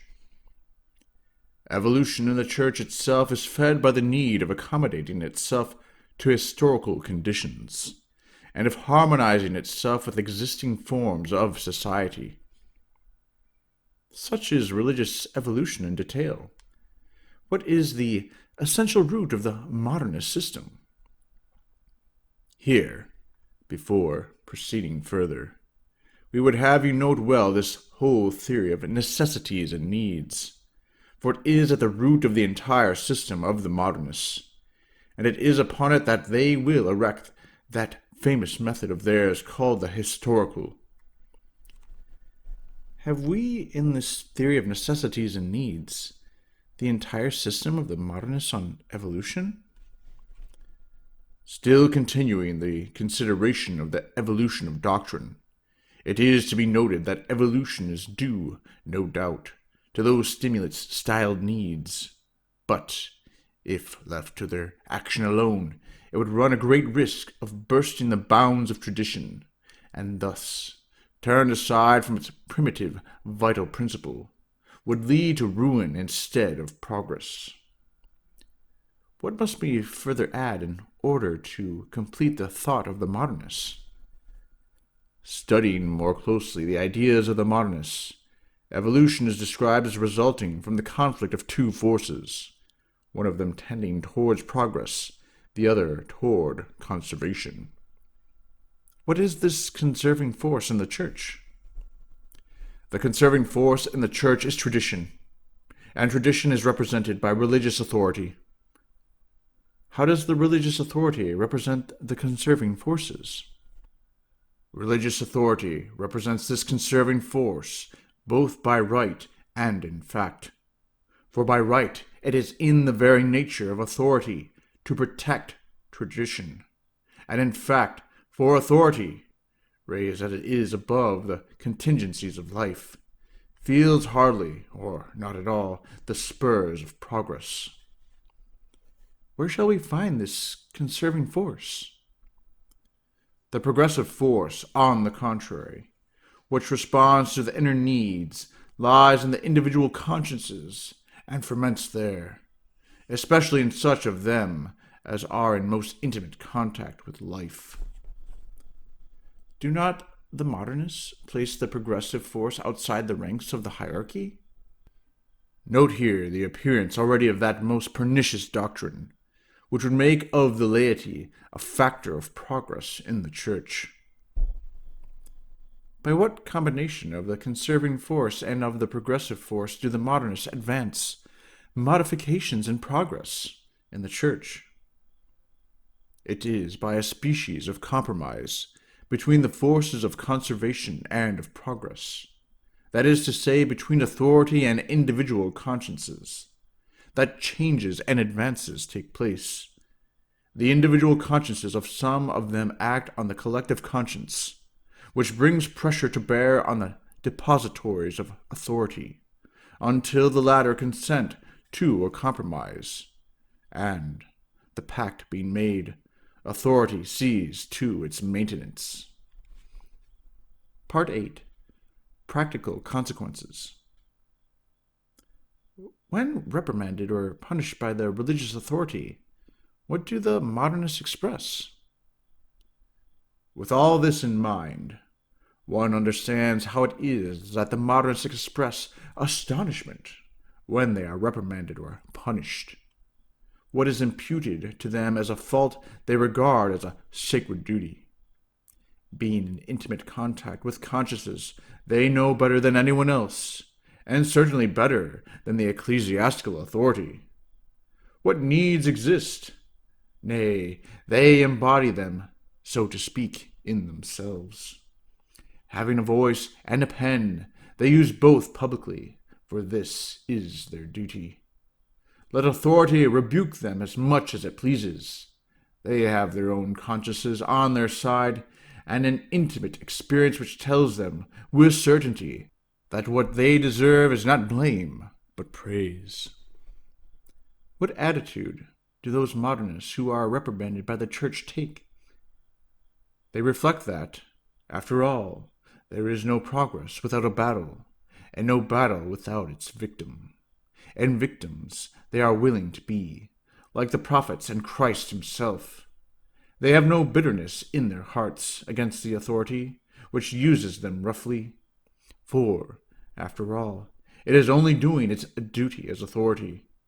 Their sole grief is that it remains deaf to their warnings, because delay multiplies the obstacles which impede the progress of souls. What hope do they cherish? They cherish the hope that the hour will most surely come when there will be no further chance for tergiversation. For if the laws of evolution may be checked for a while, they cannot be ultimately destroyed. At least they do not continue in their ways? They go their way, reprimands and condemnations notwithstanding, masking an incredible audacity under a mock of semblance of humility, while they make a show of bowing their heads. Their hands and minds are more intent than ever on carrying out their purposes.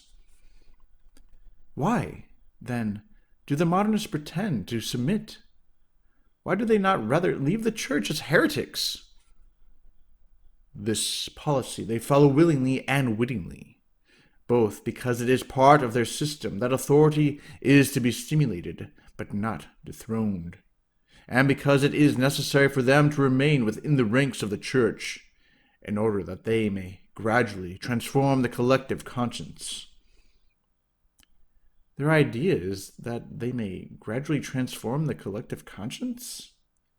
Should they not, according to their principles, submit to this collective conscience?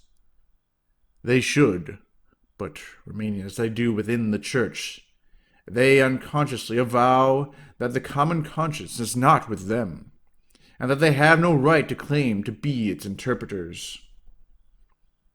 Part 9. Condemnation. What should be our conclusion regarding the doctrines of the Modernists? This should be our conclusion. For the Modernists, both as authors and propagandists, there is to be nothing stable, nothing immutable in the Church. Had they not precursors in their doctrines? Nor indeed are they without precursors to their doctrines. For it was of these that our predecessor, Pius IX, wrote, "These enemies of divine revelation extol human progress to the skies, and with rash and sacrilegious daring would have it introduced into the Catholic religion, as if this religion were not the work of God but of man, or some kind of philosophical discovery susceptible of perfection by human efforts." Do the Modernists give us a really new doctrine on revelation and dogma? Has not their system been already condemned? On the subject of revelation and dogma in particular, the doctrine of the Modernists offers nothing new. We find it condemned in the syllabus of Pius IX, where it is enunciated in these terms: divine revelation is imperfect, and therefore subject to continual and indefinite progress, corresponding with the progress of human reason. Syllabus, Proposition 5, and was condemned still more solemnly in the Vatican Council. The doctrine of the faith which God has revealed has not been proposed to human intelligences to be perfected by them as if it were a philosophical system, but as a divine deposit entrusted to the spouse of Christ to be faithfully guarded and infallibly interpreted. Hence, the sense, too, of the sacred dogmas is that which our Holy Mother, the Church, has once declared, nor is this sense ever to be abandoned on plea or pretext of a more profound comprehension of the truth. Does the Church intend to impede the development of knowledge, even in matters concerning the faith? Nor is the development of our knowledge, even concerning the faith, impeded by this pronouncement. On the contrary, it is aided and promoted. For the same counsel continues, "Let intelligence and science and wisdom, therefore, increase and progress abundantly and vigorously in individuals and in the mass, in the believer and in the whole Church, throughout the ages and the centuries, but only in its own kind, that is, according to the same dogma, the same sense, the same acceptation." Chapter 5. The Modernists as Historian and Critic. Part 1. Application of Agnosticism. Having studied the Modernist as philosopher, believer, and theologian, what remains? It now remains for us to consider him as historian, critic, apologist, reformer. What do certain Modernists who are devoted to historical studies fear? Some Modernists, devoted to historical studies, seem to be greatly afraid of being taken for philosophers. What do they say of their knowledge of philosophy? About philosophy, they tell you they know nothing whatever. Is this affectation of ignorance sincere? No, for in this they display remarkable astuteness. Why, then, do the Modernist historians profess ignorance of philosophy? They are particularly anxious not to be suspected of being prejudiced in favor of philosophical theories, which would lay open to the charge of not being objective, to use the word in vogue. Do not the Modernist historians allow themselves to be influenced by philosophical systems?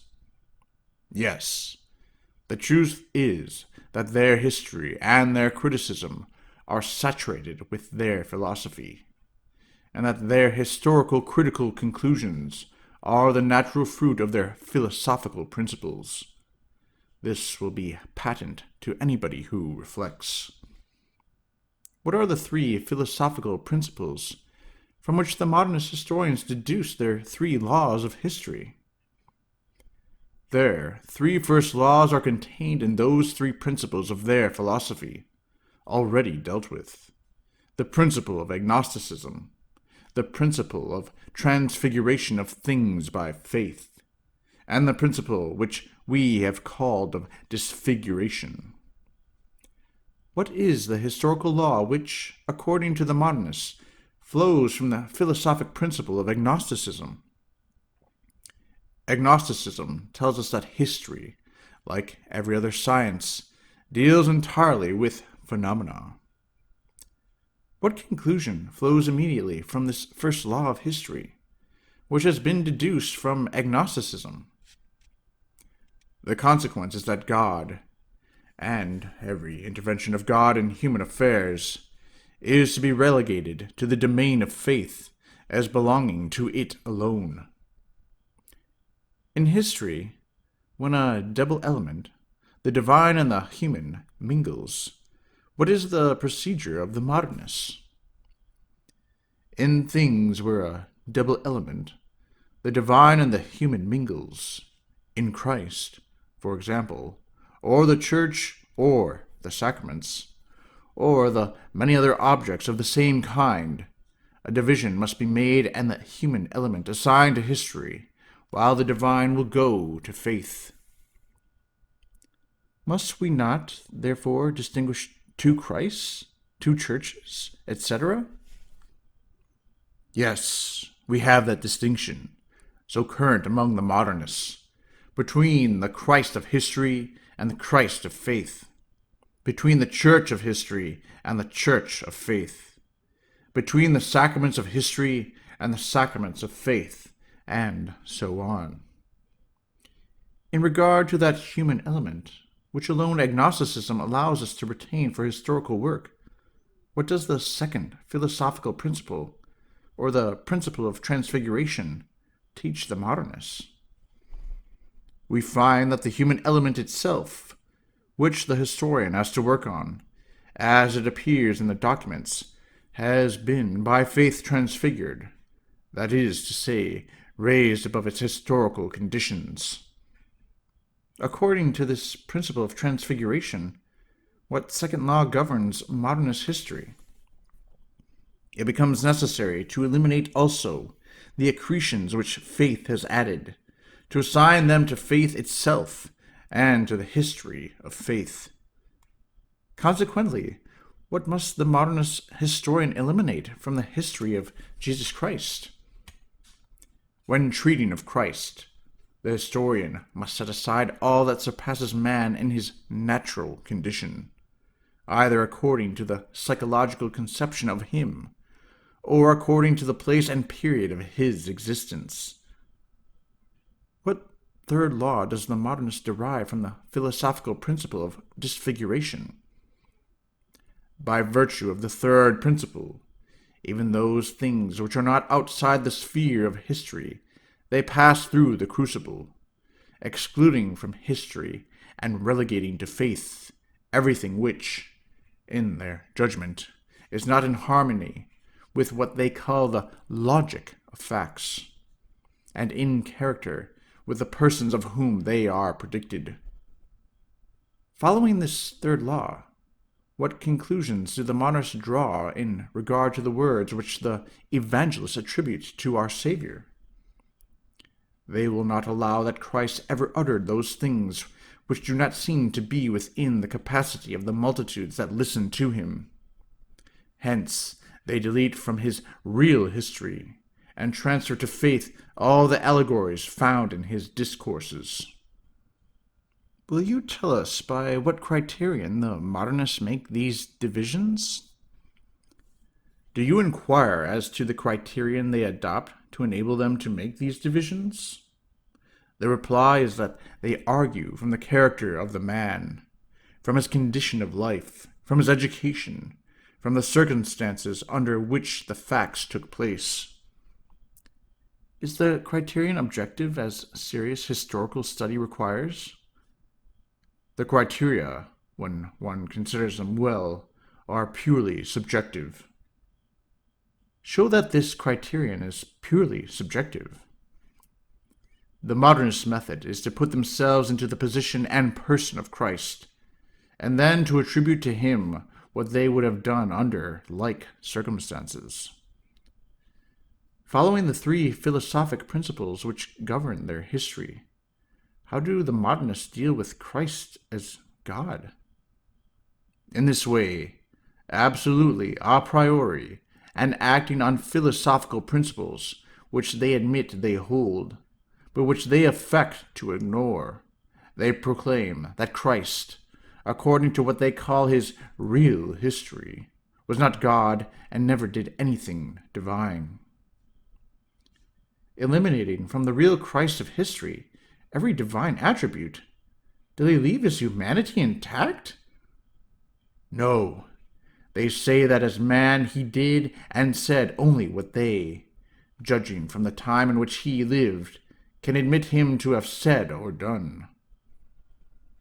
What bond of union do the modernists find among philosophy, history, and criticism? As history receives its conclusions, ready-made from philosophy, so, too, criticism takes its own from history. How does the modernist critic deal with the documents upon which he works? The critic, on the data furnished him by the historian, makes two parts of all his documents. Those that remain after the triple elimination above described go to form the real history. The rest is attributed to the history of faith, or, as it is styled, to internal history. Are there not, then, two histories for the modernists? The history of faith and real history? The modernists distinguish very carefully between these two kinds of history. Is the history of faith real history for the modernists?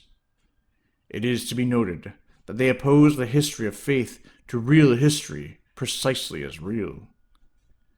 If the history of faith is not real history, what do the modernists say of the two Christs whom we mentioned above? They hold that we have a double Christ, a real Christ, and a Christ, the one of faith, who never really existed. A Christ who has lived at a given time and in a given place, and a Christ who has never lived outside the pious meditations of the believer. Where is the Christ of faith? Who is not the Christ of the modernists portrayed? He is the Christ, for instance, whom we find in the Gospel of St. John. What is the opinion of the modernists on the subject of St. John's Gospel? It is pure contemplation from beginning to end. Part 2. Application of vital immanence. Does the dominion of philosophy over history end with criticizing the division of documents into two parts, vis-a-vis documents which serve for the history of faith and documents which serve for real history? The dominion of philosophy over history does not end here. After this agnostic division of documents into two parts, what other principle of modernist philosophy steps in to govern criticism? Given that division, of which we have spoken, of the documents into two parts, the philosopher steps in again with his principle of vital immanence. To the modernist critic, what is the importance of the principle of vital immanence? It shows how everything in the history of the Church is to be explained by vital emanation. How can facts which are only vital emanations be subordinated to an immanent need which they antedate?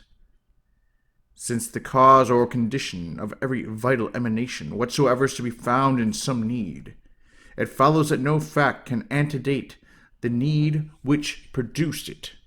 Historically, the fact must be posterior to the need. Armed with such a principle, how does the modernist historian proceed in the history of the Church?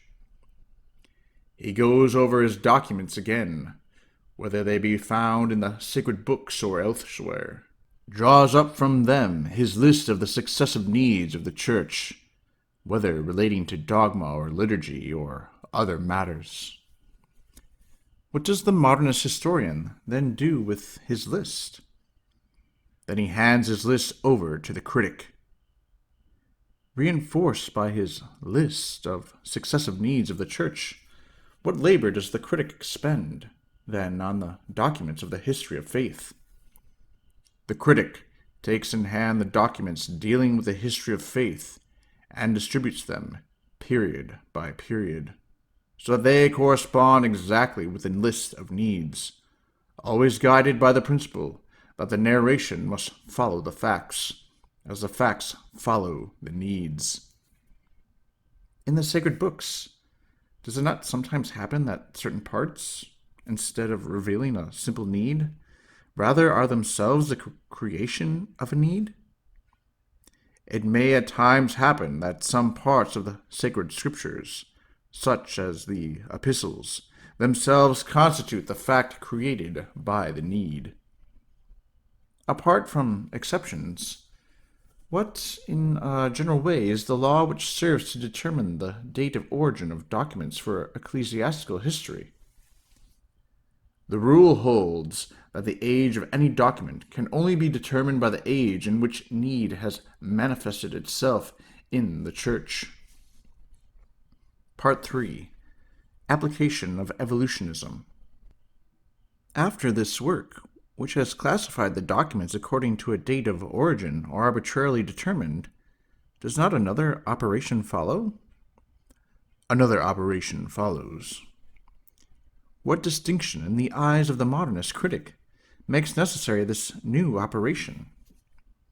A distinction must be made between the beginning of a fact and its development, for what is born one day requires time for growth. In virtue of this distinction between the origin of a fact and its development, what new division does the critic introduce among his documents? The critic must once more go over his documents, ranged as they are through the different ages, and divide them again into two parts, separating those that regard the first stage of the facts from those that deal with their development. What must the critic do with documents which deal with the development of a fact? These he must again arrange according to their periods. What principle, according to the modernist philosopher, must dominate and rule history? The philosopher must come in again to impose on the historian the obligation of following in all his studies the precepts and laws of evolution. How shall the modernist historian, now armed with the law of evolution, treat the history of the Church? It is next for the historian to scrutinize his documents once more, to examine carefully the circumstances and conditions affecting the Church during the different periods, the conserving force she has put forth, the needs, both internal and external, that have stimulated her to progress, the obstacles she has had to encounter. In a word, what does the modernist historian seek in documents relating to the history of the Church? In a word, he seeks everything that helps to determine the manner in which the laws of evolution have been fulfilled in her. After this attentive examination to discover in the history of the Church the law of her evolution, what is the office of the critic? This done, he finishes his work by drawing up in its broad lines a history of the development of the facts. When he has traced out this fantastic sketch of the history of the Church, what is the last labor of the modernist critic? The critic follows and fits in the rest of the documents with this sketch. He takes up his pen, and soon the history is made complete. Now we ask here, who is the author of this history? The historian? The critic? Assuredly, neither of these, but the philosopher. Why is the philosopher the author of this history? Because, from beginning to end, everything it is a priori. What is the character of this a priori method? It is a priori in a way that reeks of heresy.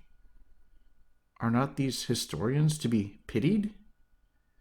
These men are certainly to be pitied, and of them the apostle might well say, they became vain in their thoughts, professing themselves to be wise, they became fools. Romans chapter 1, 21, 22. But if they are to be pitied, do not these modernist historians equally merit our indignation? At the same time, they excite just indignation when they accuse the Church of torturing the texts, arranging and confusing them after its own fashion, and for the needs of its cause. Why do they accuse the Church of torturing texts? They are accusing the Church of something for which their own conscience plainly reproaches them. Part 4. Textual Criticism. If the modernist historian has arbitrarily dismembered documents and partitioned them throughout the centuries, according to the supposed exigencies of the law of evolution, what will be the result in regard to the sacred books? The result of this dismembering of the sacred books and this partition of them throughout the centuries is, naturally, that the scriptures can no longer be attributed to the authors whose names they bear. Do not our modernist historians hesitate at this? The modernists have no hesitation in affirming commonly that these books, and especially the Pentateuch and the first 3 Gospels, have been gradually formed by additions to a primitive, brief narration, by interpolations of theological or allegorical interpretation, by transitions, by joining different passages together.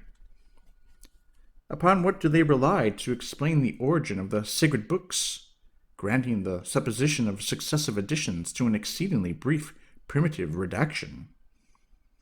This means, briefly, that in the sacred books we must admit a vital evolution, springing from and corresponding from the evolution of faith.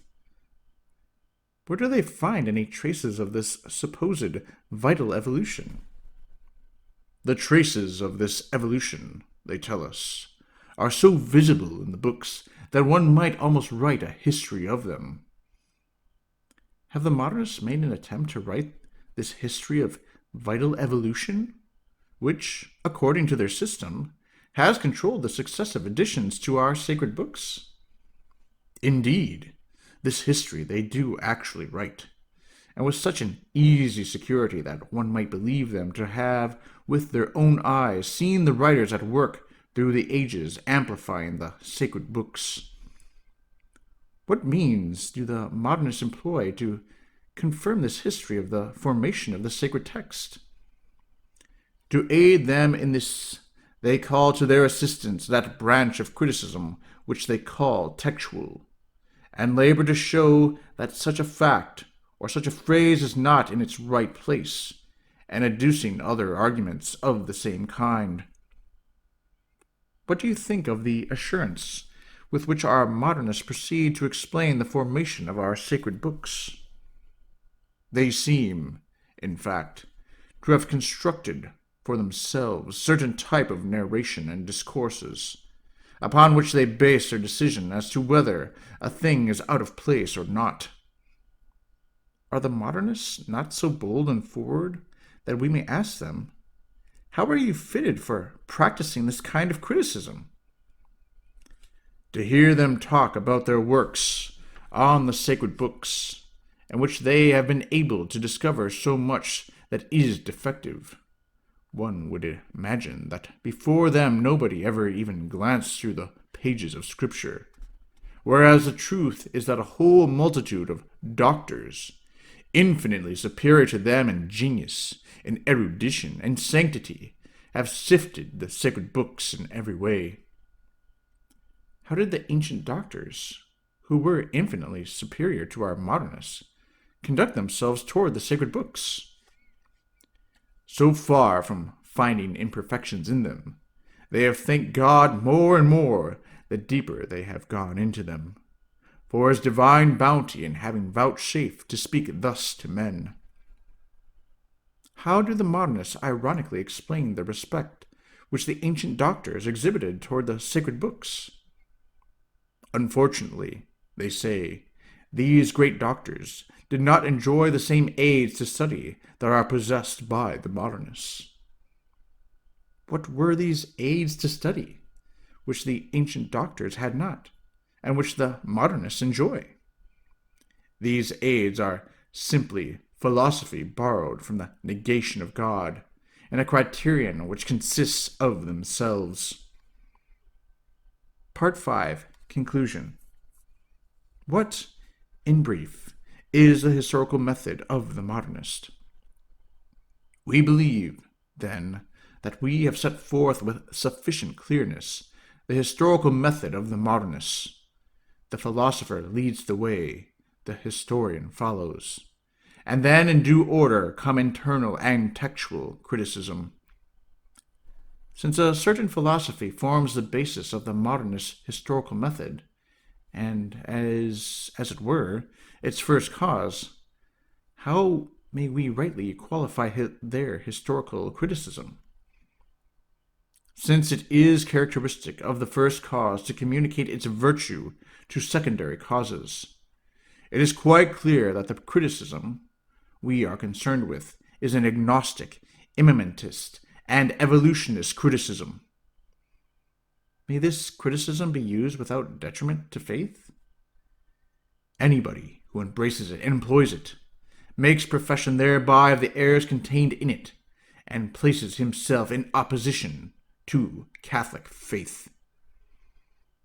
This being so, what shall be our judgment on the praise bestowed by certain Catholics on Modernist criticism? One cannot be but greatly surprised by the consideration which is attached to it by certain Catholics. Hence, why do certain Catholics allow themselves to give such value to a criticism which is contrary to their faith? Two causes may be assigned for this. First, the close alliance, independent of all differences of nationality or religion, which the historians and critics of this school have formed among themselves. Second, the boundless effrontery of these men. Is there a bond of union among the Modernists of the several nations? Yes. Let one of them but open his mouth, and the others applaud him in chorus, proclaiming that science has made another step forward. Are they united against their critics? Let an outsider but hint at a desire to inspect the new discovery with his own eyes, and they are on him in a body. What, in brief, are their tactics toward those who defend or attack any of their novelties? Deny it, and you are an ignoramus. Embrace it, defend it, and there is no praise to warm for you. Do these tactics attract the unwary? In this way they win over many who, did they but realize what they are doing, would shrink back with horror. What has been the result of the domineering of the Modernists and the thoughtlessness of those who have been imposed upon? The impudence and the domineering of some, and the thoughtlessness and imprudence of others, have combined to generate a pestilence in the air which penetrates everywhere and spreads the contagion. But let us pass to the Apologist. Chapter 6. The Modernists as Apologist. Part 1. Principles and Sources. Does the Modernist apologist also depend on the philosopher? The Modernist apologist depends in two ways on the philosopher. First, indirectly, inasmuch as his theme is history dictated, as we have seen, by the philosopher, and secondly, directly, inasmuch as he takes both his laws and his principles from the philosopher. What is the common precept of the Modernist school in the new apologetics? Hence, that common precept of the Modernist school, that the new apologist must be fed from psychological and historical sources. How do the Modernist apologists sacrifice to the rationalists the historical books which are in current use in the Church? The Modernist apologists, then, enter the arena by proclaiming to the rationalists that though they are defending religion, they have no intention of employing the data of the sacred books or the histories in current use in the Church, and compose according to old methods, but real history, written on modern principles and according to rigorously modern methods. Perhaps they speak thus by way of an argumentum ad hominem only, and not from personal convictions? In all this they are not using an argumentum ad hominem, but are stating the simple fact that they hold that the truth is to be found only in this kind of history. Do not the modernists feel called upon to assure the rationalists of their sincerity? They feel that it is not necessary for them to dwell on their own sincerity in their writings. They are already known to and praised by the rationalists as fighting under the same banner, and they not only plume themselves on these encomiums, which are a kind of salary to them, but would provoke nausea in a real Catholic. Do these rationalist encomiums arouse sentiments of disgust in the hearts of our modernists? No, they use them as an offset to the reprimands of the Church. Part 2. Application of agnosticism. In his apologetic, what does the modernist set before himself? The aim he sets before himself is to make the non-believer attain the experience of the Catholic religion. Why is the modernist so anxious to produce this experience in the non-believer? Because, according to the system, it is the basis of faith. How does the modernist attain to a personal experience of the Catholic religion? There are two ways open to him, the objective and the subjective. Whence proceeds the first or objective way? The first of them proceeds from agnosticism. What does this first way tend to show? It tends to show that religion, and especially the Catholic religion, is endowed with such vitality as to compel every psychologist and historian of good faith to recognize that its history hides some unknown element. What must we first prove in order to show this?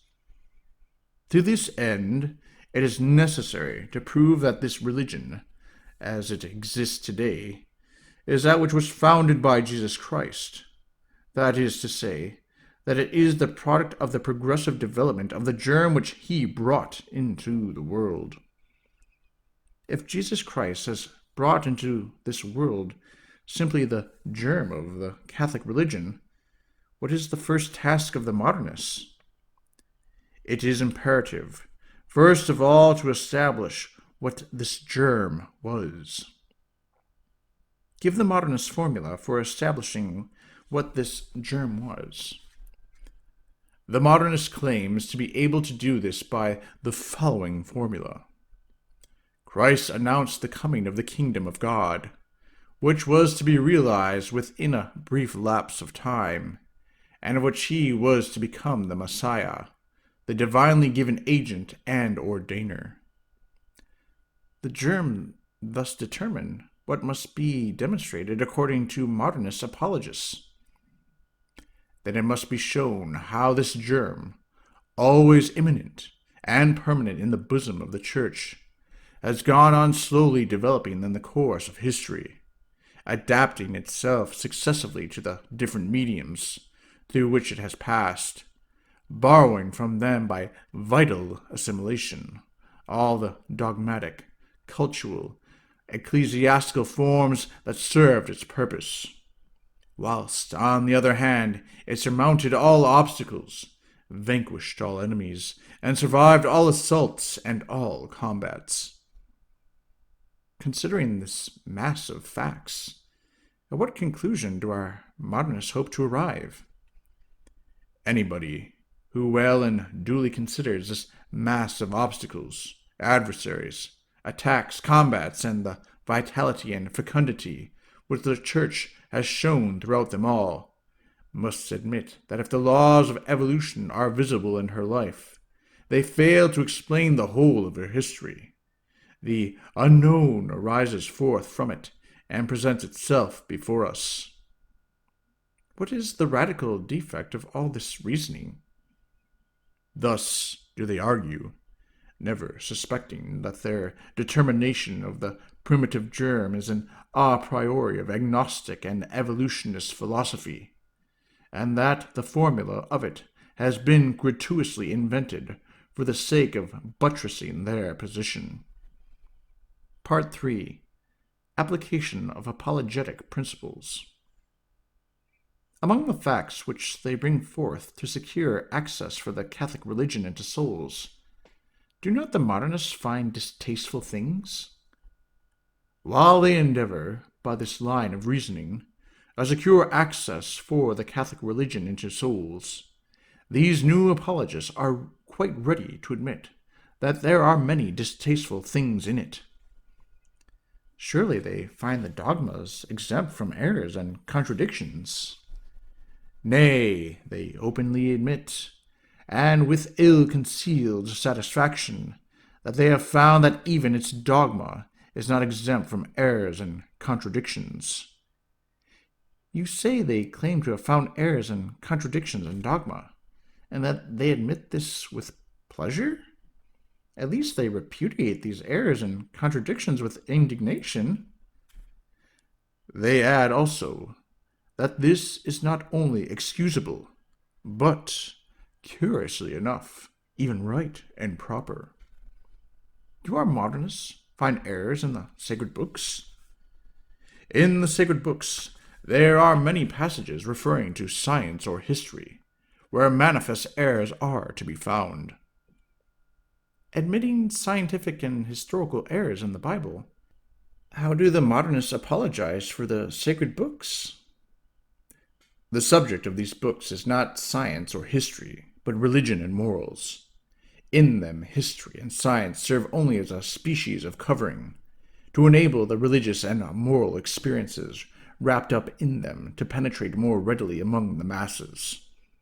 The masses understood science and history as they are expressed in these books, and it is clear that had science and history been expressed in a more perfect form, this would have proved rather a hindrance than help. What other excuses do they offer to satisfy for the errors which they pretend to find in the sacred books? The sacred books, being essentially religious, are consequently necessarily living. Now life has its own truth and its own logic, quite different from rational truth and rational logic, belonging, as they do, to a different order, vis-a-vis truth of adaptation and of proportion, both with the medium in which it exists and with the end toward which it tends. Would not this show that the errors are true and legitimate, since they correspond to the necessity of vital adaptation?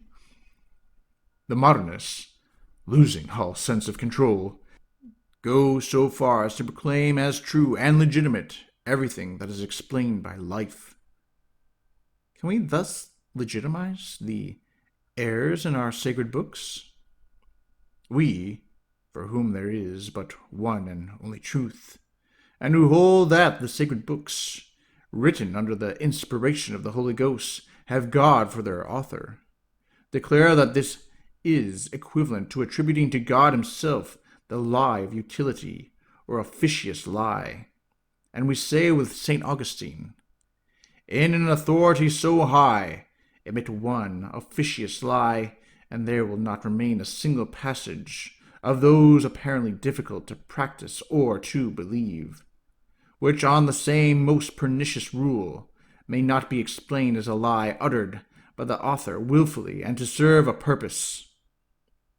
And thus it will come about, the Holy Doctor continues, that everybody will believe and refuse to believe what he likes or dislikes. Are the modernists checked by the condemnations of the Church? No, the modernists pursue their way gaily. Give another example of the modernists' shocking views in regards to our sacred books. They grant also that certain arguments adduced in the sacred books, like these, for example, which are based on the prophecies, have no rational foundation to rest on. Do they attempt a still further justification of their errors?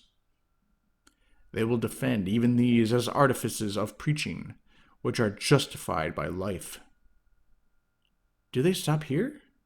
No, indeed, for they are ready to admit, nay, to proclaim, that Christ himself manifestly erred in determining the time when the coming of the kingdom of God was to take place. Do they dare say that Jesus Christ was deceived? They tell us that we must not be surprised at this, since even Christ was subject to the laws of life. If our Savior Jesus Christ be convicted of error, what is to become of the dogmas of the Church? The dogmas brim over with flagrant contradictions. How do our modernists attempt to justify these flagrant contradictions in dogma? What matters that, since, apart from the fact that vital logic accepts them, they are not repugnant to symbolical truth? Are we not dealing with the infinite? And has not the infinite an infinite variety of aspects? Do they not blush to thus justify contradictions? Far from it! To maintain and defend these theories, they do not hesitate to declare that the noblest homage that can be paid to the infinite is to make it the object of contradictory propositions. What do you think of such an excess? When they justify even contradictions, what is it that they will refuse to justify? Part 4. Application of immanence. We have seen the objective means by which the modernists hope to dispose the non-believer to faith. Have they no other way, no other argument? It is not solely by objective arguments that the non-believer may be disposed to faith. There are also subjective ones at the disposal of the modernists. Upon what philosophical doctrine do the modernists base their subjective arguments? For those, they return to their doctrine of immanence. They endeavor, in fact, to persuade the non-believer that down in the very deeps of his nature and his life lie the need and the desire for religion. Is it simply for a religion of any kind that the modernists find within us the need and the desire? They find this need and desire within us, not for a religion of any kind, but the specific religion known as Catholicism. By the doctrine of immanence, how do the modernists claim to find within us the need and the desire for a supernatural religion such as Catholicism? They say this is absolutely postulated by the perfect development of life. What must we unite with His Holiness in deploring? We cannot but deplore once more, and grievously, that there are Catholics who, while rejecting immanence as a doctrine, employ it as a method of apologetics. Do not Catholic apologists extenuate the method of immanence? And do the modernists not seek to find in human nature something other than the mere capacity and suitability for the supernatural order? They do, and this so imprudently, that they seem to admit that there is in human nature a true and rigorous necessity with regard to the supernatural order, and not merely a capacity and a suitability for the supernatural, such as has at all times been emphasized by Catholic apologists. Are the modernists who hold this view modernists in the full sense of the word? Truth to tell, it is only the moderate modernists who make this appeal to an exigency for the Catholic religion. If these be moderate, what shall we say of the other modernists? As for the others, who might be called integralists, they would show to the non-believer, hidden away in the very depths of his being, the very germ which Christ himself bore in his conscience, and which he bequeathed to the world.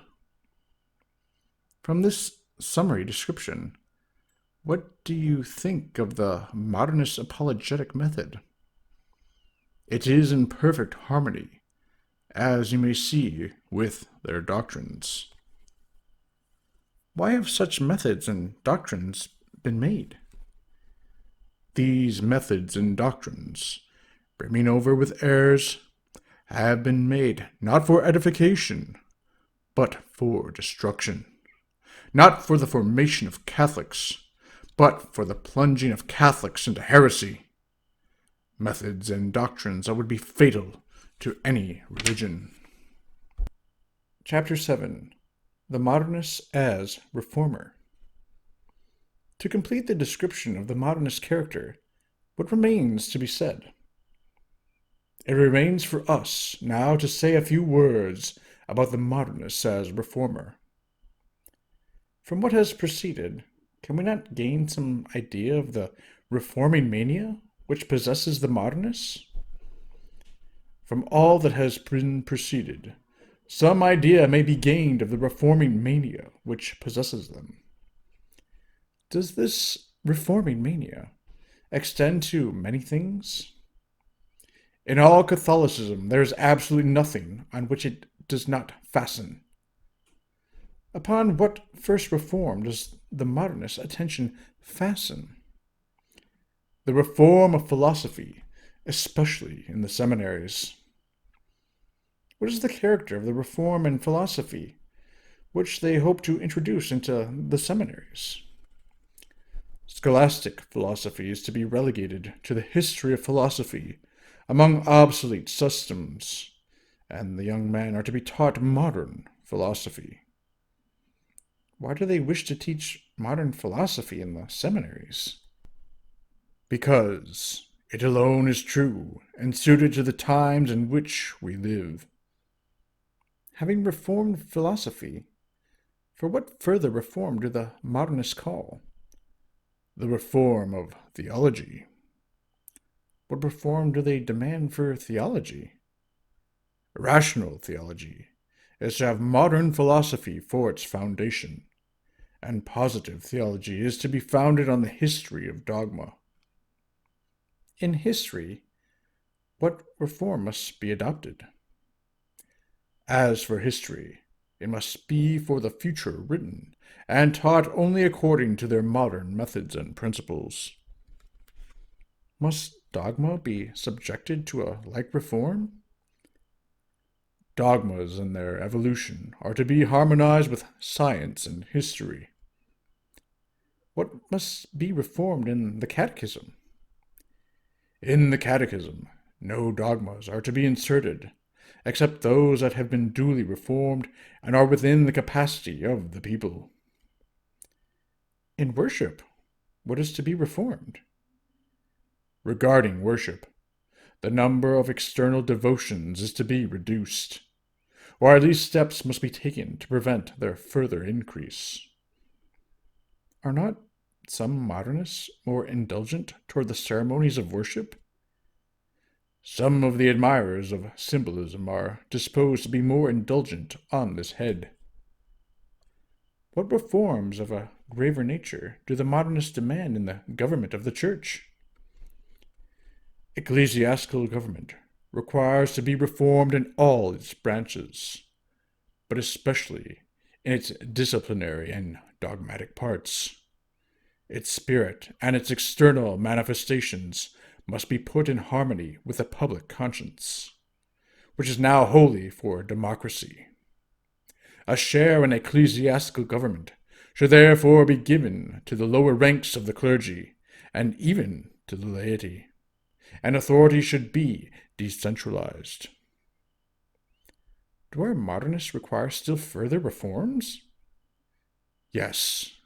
The Roman congregations, and especially the Index and the Holy Office, are to be reformed. What do they ask of the ecclesiastical authority in the social and political world? The ecclesiastical authority must change its line of conduct in the social and political world, while keeping outside political and social organization. It must adapt itself to those which exist, in order to penetrate them with its spirit. What do the modernists advocate in the moral world?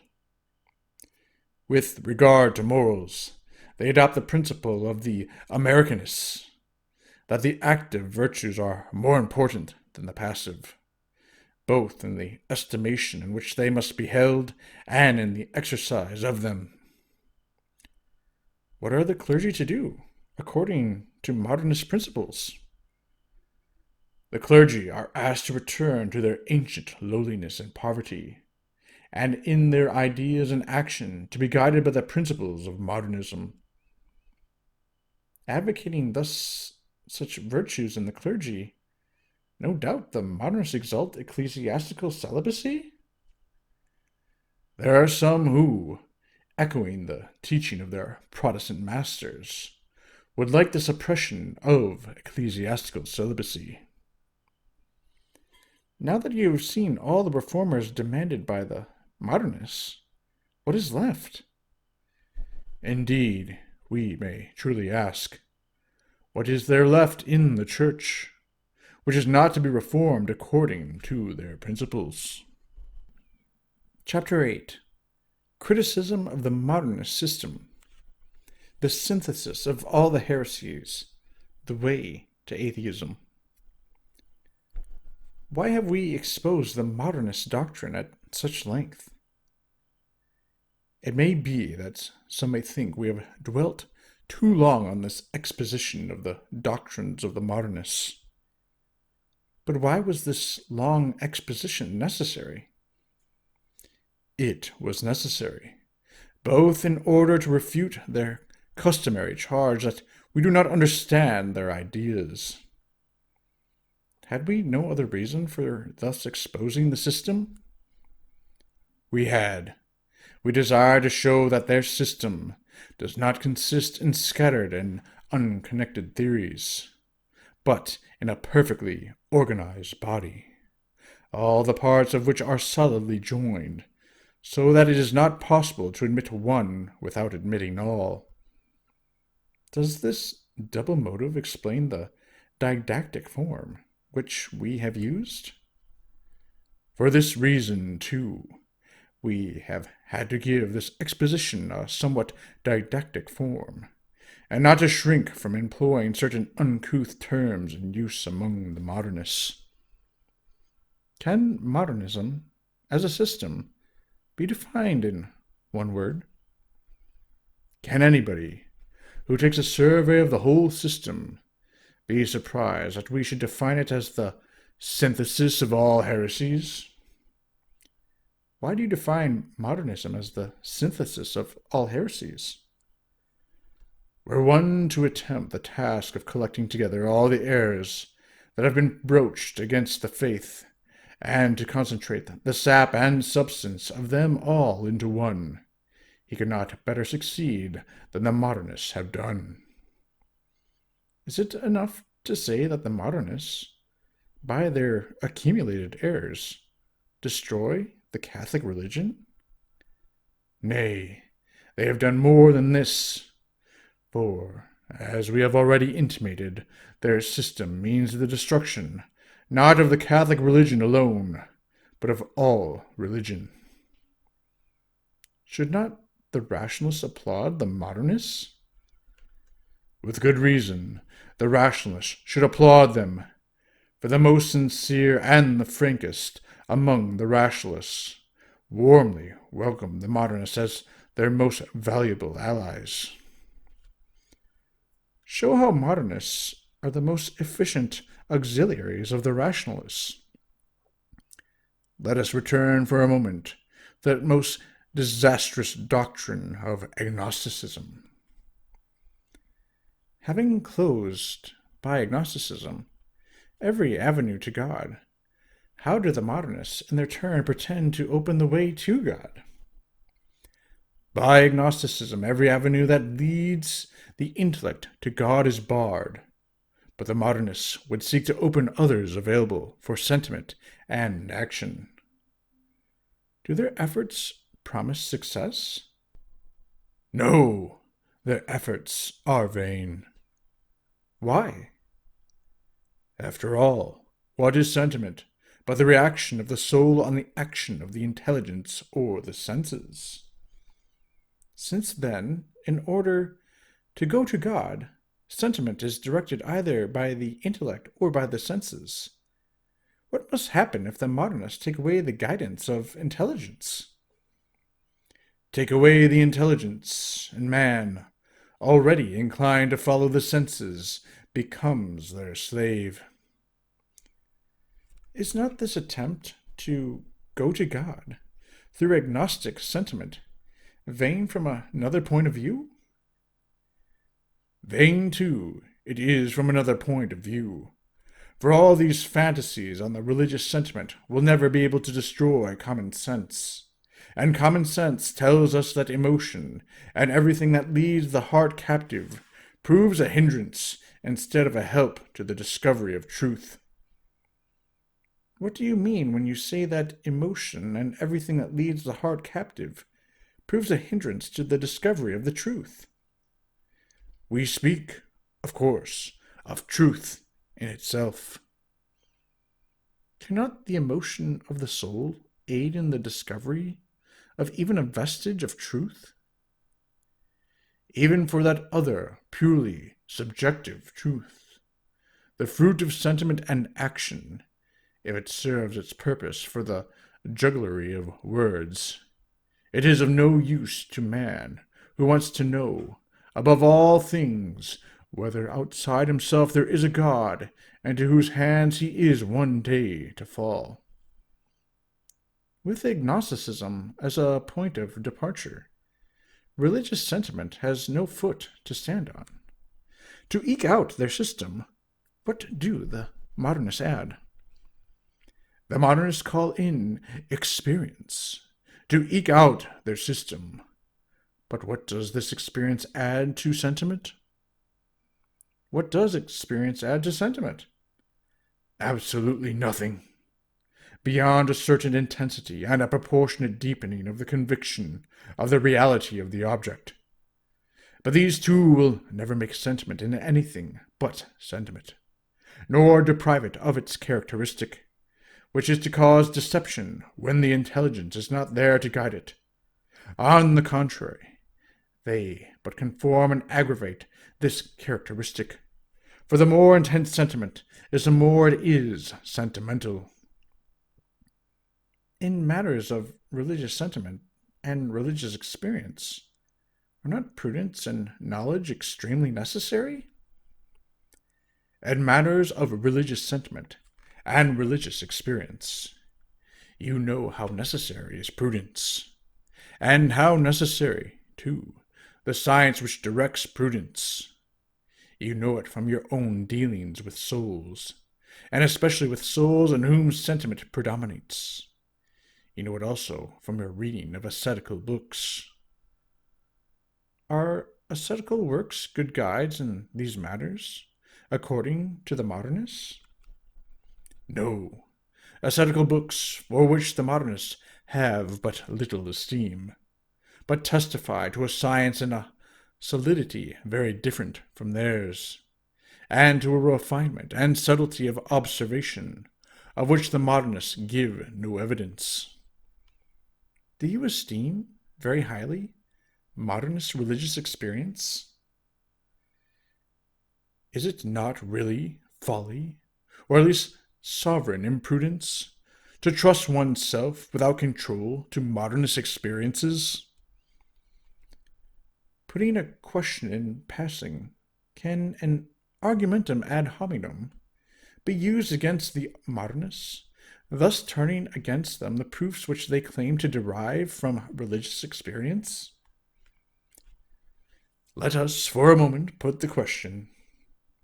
If experiences have so much value in their eyes, why do they not attach equal weight to the experience that thousands upon thousands of Catholics have that the modernists are on the wrong road?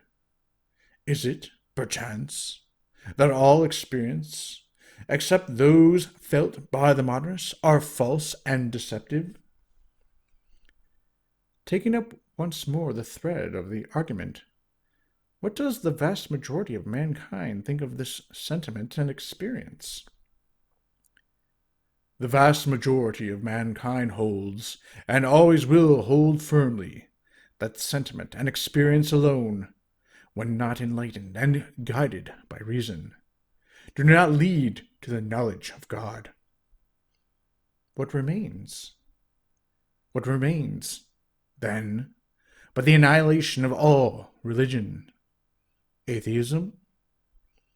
Since the doctrine of the Modernists on religious experience leads to atheism, do they not find in their doctrine of symbolism something to save them from this peril?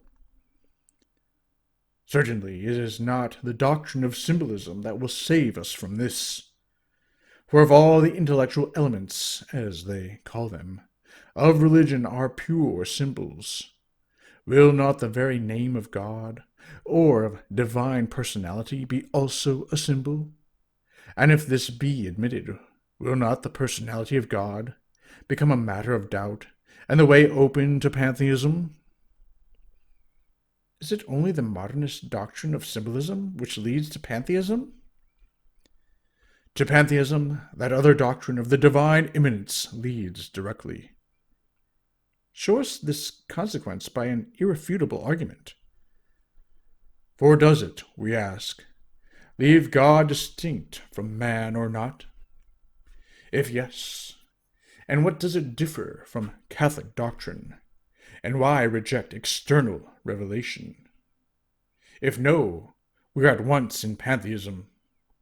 Now the doctrine of immanence in the modernist acceptation holds and professes that every phenomenon of conscience proceeds from man as man. The rigorous conclusion from this is the identity of man with God, which means pantheism. Does this pantheistic conclusion follow from any other modernist doctrine? The same conclusion follows from the distinction modernists have between science and faith. Be good enough to show this by formal argumentation. The object of science, they say, is the reality of the knowable. The object of faith, on the contrary, is the reality of the unknowable. Now, what makes the unknowable unknowable is its disproportion with the intelligible, a disproportion which nothing whatever, even in the doctrine of the modernists, can suppress. Hence the unknowable remains and will eternally remain unknowable to the believer, as well as to the man of science. Therefore, if any religion at all is possible, it can only be the religion of an unknowable reality. And why this religion might not be that universal soul of the universe, of which a rationalist speaks, is something we do not see. Give your final conclusion? Certainly, this suffices to show superabundantly by how many souls modernism leads to the annihilation of all religion. Describe the gradual descent of the human mind to the denial of all religion. The first step in this direction was taken by Protestantism, and second is made by modernism. The next will plunge headlong into atheism. Part 2. The cause of modernism. To better understand modernism, and to find suitable remedies, what must now be done? To penetrate still deeper into modernism, and to find a suitable remedy for such a deep sore, it behooves us to investigate the causes which have engendered it and which foster its growth. Part 1. Moral causes, curiosity, and pride. Give the proximate and immediate cause of modernism.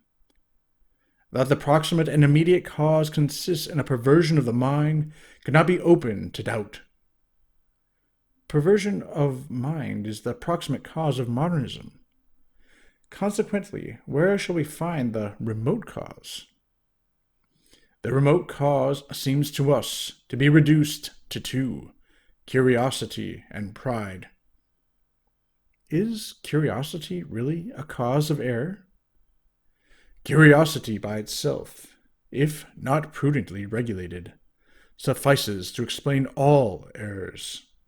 Such is the opinion of our predecessor, Gregory XVI, who wrote, "A lamentable spectacle is that presented by the aberrations of human reason when it yields to the spirit of novelty, when against the warning of the apostle it seeks to know beyond what it is meant to know, and when, relying too much on itself, it thinks it can find the truth outside the church wherein truth is found without the slightest shadow of error." What evil exercises greater sway than curiosity, blinds the soul, and plunges it into error? It is pride which exercises an incomparably greater sway over the soul to blind it and plunge into error. Has pride invaded modernist doctrines? Pride sits in modernism as in its own house, finding sustenance everywhere in its doctrines, and an occasion to flaunt itself in all its aspects. Can you describe that pride which fills the modernists? It is pride which fills modernists with that confidence in themselves, and leads them to hold themselves up as the rule for all. Pride which puffs them up with that vain glory which allows them to regard themselves as the sole possessors of knowledge, and makes them say, inflated with presumption, "We are not as the rest of men," and which, to make them really not as other men, leads them to embrace all kinds of the most absurd novelties. It is pride which rouses them in the spirit of disobedience, and causes them to demand a compromise between authority and liberty. It is pride that makes of them the reformers of others, while they forget to reform themselves, and which begets their absolute want of respect for authority, not accepting the supreme authority. Is there any surer road to modernism than pride? No. Truly there is no road which leads so directly to modernism as pride. Shall the Catholic priest or layman, who is puffed up by pride, infallibly become a modernist? When a Catholic layman or a priest forgets that precept of the Christian life, which obliges us to renounce ourselves if we would follow Jesus Christ, and neglects to tear pride from his heart, but he is fully ripe subject for the errors of modernism. What is the duty of the bishops in regard to proud priests? "Your first duty," says the Holy Father to the bishops, "will be to thwart such proud men, to employ them only in the lowest and obscurest offices. The higher they try to rise, the lower let them be placed, so that their lowly positions may deprive them of the power of causing damage." Are not directors of seminaries under an equal obligation to reject them from the priesthood any young cleric who is tainted with pride? Sound your young clerics, too, most carefully, by yourselves and by the directors of your seminaries, and when you find the spirit of pride among any of them, reject them without compunction from the priesthood.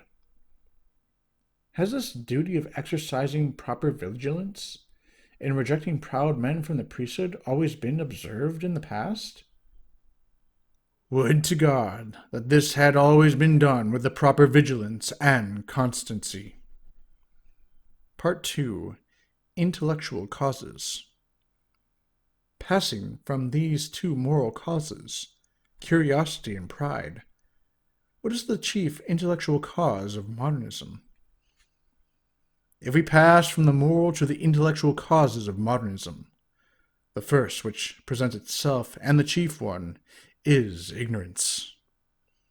Surely you do not stigmatize modernists, those men who pose as doctors of the Church, as ignorant men?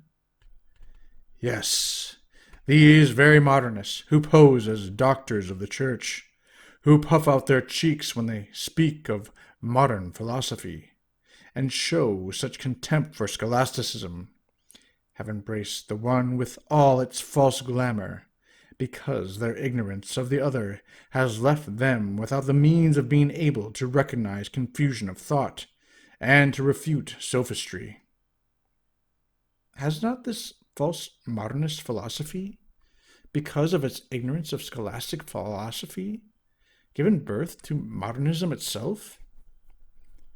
The whole system, with all its errors, has been born of the alliance between faith and false philosophy. Part 3. Artifices employed by the modernists to disseminate their errors. Are not the modernists zealous in propagating their pernicious system? If only they had displayed less zeal and energy in propagating it! But such is their activity, and such their unwearying capacity for work on behalf of their cause, that one cannot but be pained to see them waste such labor in endeavoring to ruin the Church, when they might have been of such service to her had their efforts been better employed. In this active propaganda for the spread of their system, do the modernists make use of artifices? Their artifices to delude men's minds are of two kinds. What are the two kinds of artifices employed by the modernists? Their first is to remove obstacles from their path. The second is to devise and apply actively and patiently every instrument that can serve their purposes. A. Negative means. Do the modernists admit that any obstacles are to be removed? Yes, they admit three chief difficulties which bar the way. What are the three chief difficulties which the modernist is forced to overcome? The modernists recognize that the three chief difficulties for them are scholastic philosophy, the authority of the fathers and tradition, and the magisterium of the Church. Do the modernists really make war upon these? On these they wage unrelenting war. What is the modernist's appreciation of scholastic philosophy? For scholastic philosophy and theology, they have only ridicule and contempt. Do ridicule and contempt for scholastic philosophy go hand in hand with modernism?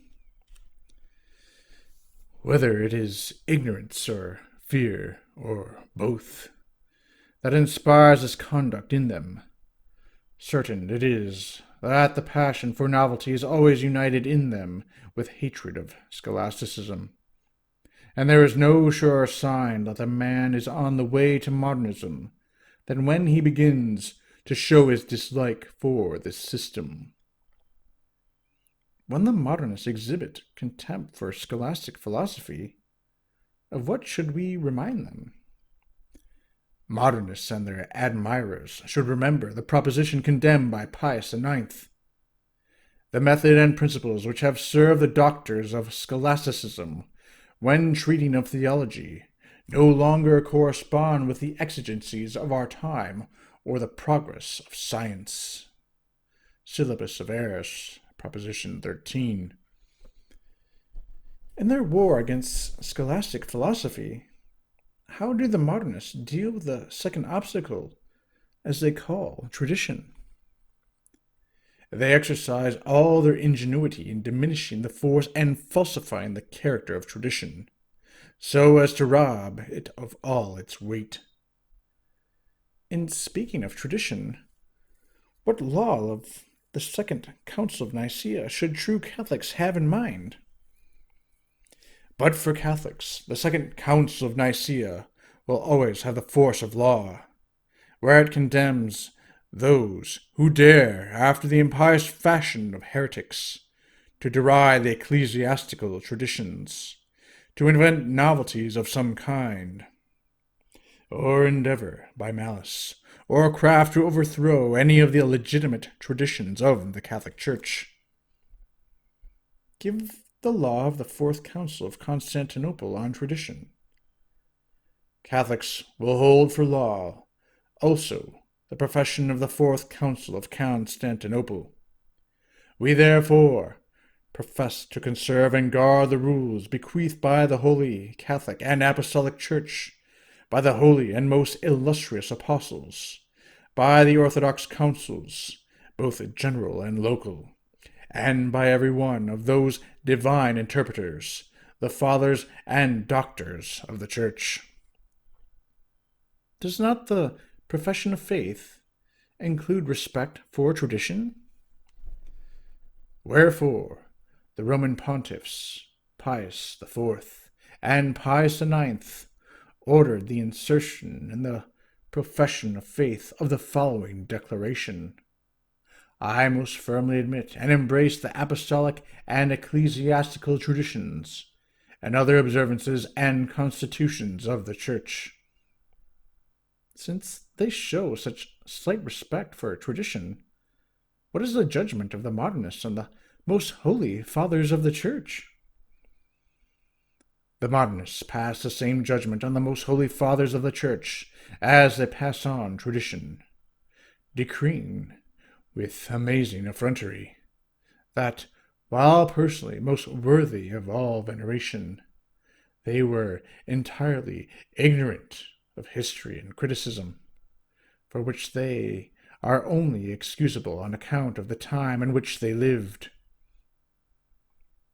In what presumptuous way do the Modernists speak of the fathers of the Church? Finally, the Modernists try in every way to diminish and weaken the authority.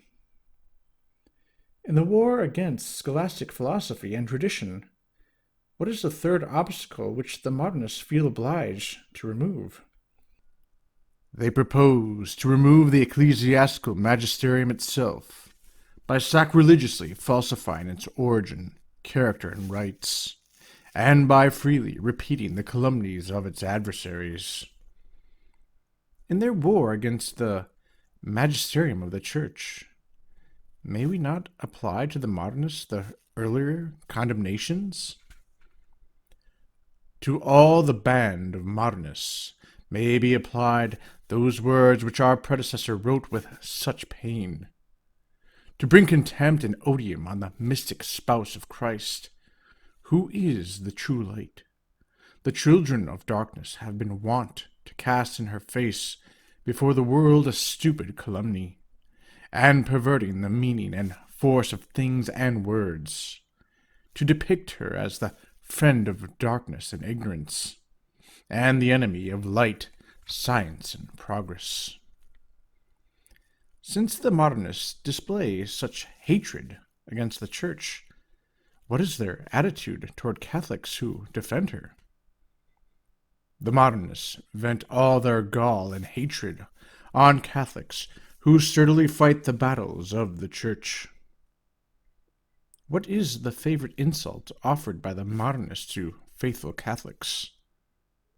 Of all the insults they heap on them, those of ignorance and obstinacy are the favorites. If the Catholic who defends the Church is a learned man, what tactics do the Modernists employ against him? When an adversary rises up against him with an erudition and force that render him redoubtable, they try to make a conspiracy of silence around him to nullify the effects of his attack. Contrast the conduct of the Modernists toward the Catholic champion with the methods displayed toward their own partisans.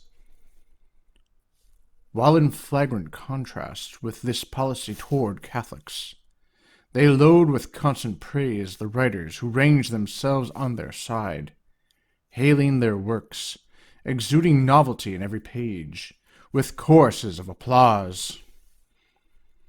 How do the Modernists gauge the learning of an author?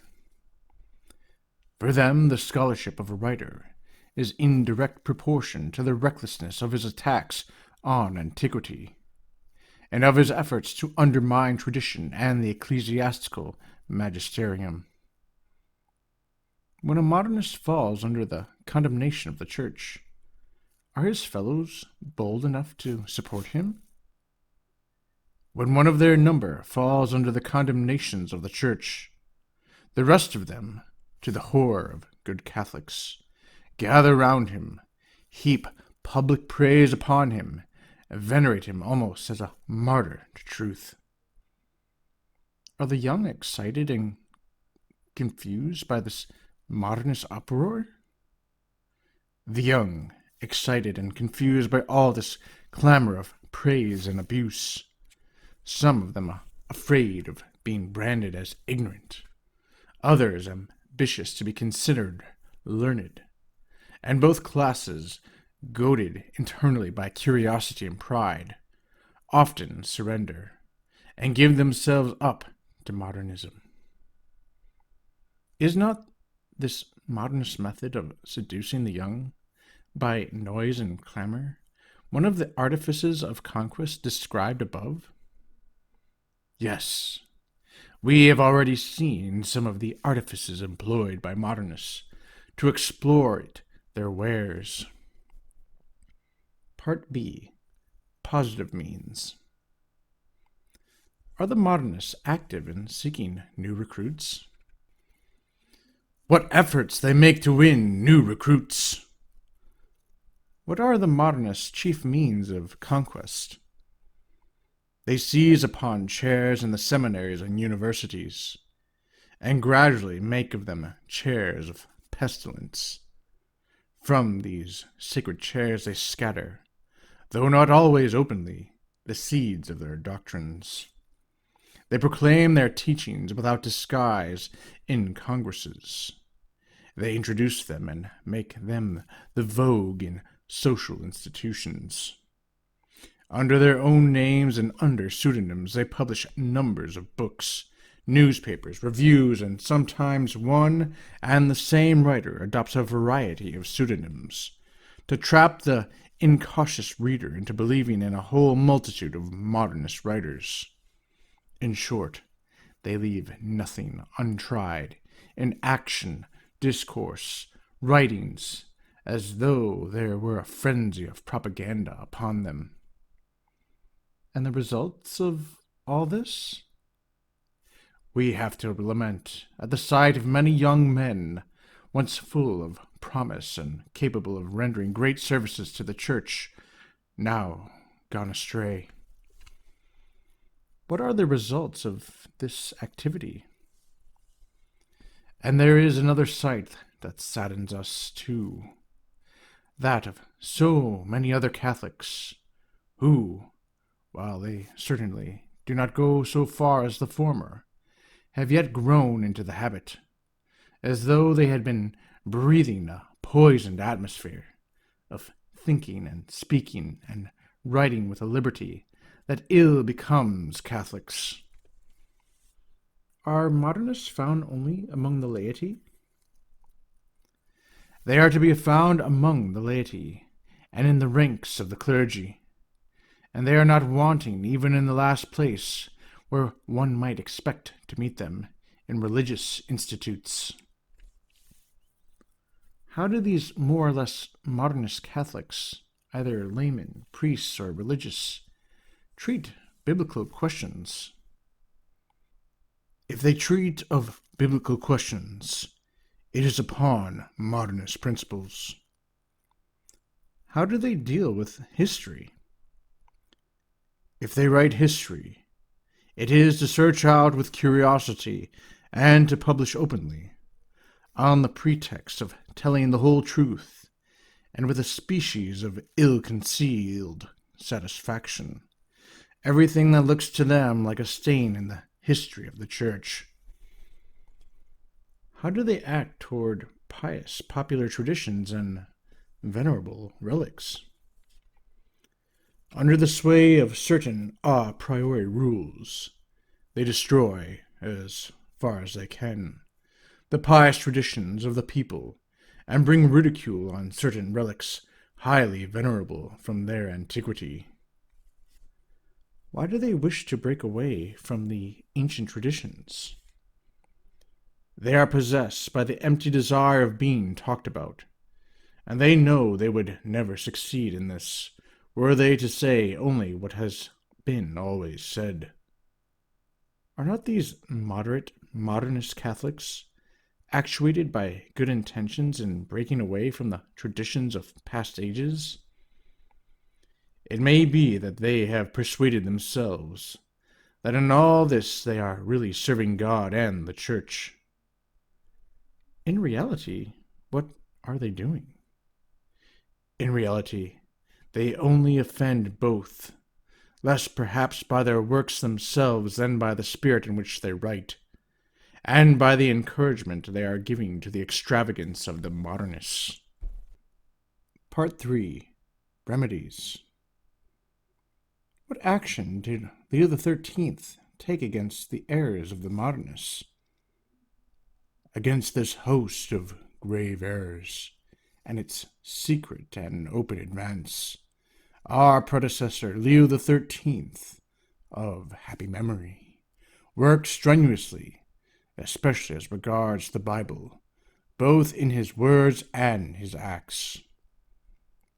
Were the Modernists deterred by his words and acts? As we have seen, the Modernists are not easily deterred by such weapons. With an affectation of submission and respect, they proceeded to twist the words of the pontiff to their own sense, and his acts they described as directed against others than themselves, and the evil has gone on increasing from day to day. What determination did the Holy Father, Pius X, reach? He says, "We, therefore, have determined to adopt at once the most efficacious measures in our power." In what terms did he appeal to the bishops, pastors of souls, educators, and chief superiors of religious institutes? Pius X thus spoke to the bishops, pastors, educators, and religious superiors. "We beg and conjure you to see it, that in this most grave manner, nobody will ever be able to say that you have been in the slightest degree wanting in vigilance, zeal, or firmness. And what we ask of you and expect of you, we ask and expect also of all other pastors of souls, of all educators and professors of clerics, and in a very special way of the superiors of religious institutions." Part 1. Rules for Study. What does the Holy Father will and ordain on the subject of philosophy? He says, "In the first place, with regard to studies, we will and ordain that scholastic philosophy be made the basis of the sacred sciences." Following Leo XIII, how does Pius X limit his prescriptions? Again he says, "It goes without saying that, if anything is met with among the scholastic doctors, which may be regarded as an excess of subtlety, or which is altogether destitute of probability, we have no desire whatever to propose it for the imitation of present generations." What is the scholastic philosophy prescribed for seminaries and religious institutions?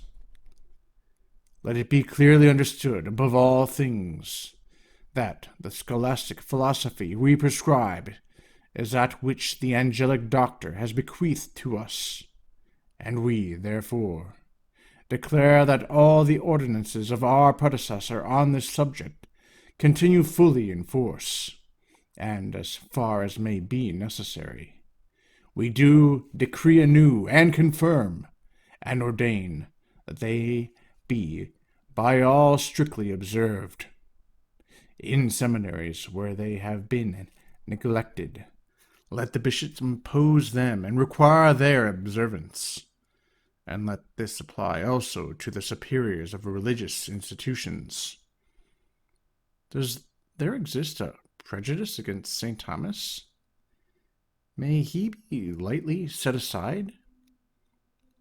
Let professors remember that they cannot set St. Thomas aside, especially in metaphysical questions, without grave detriment.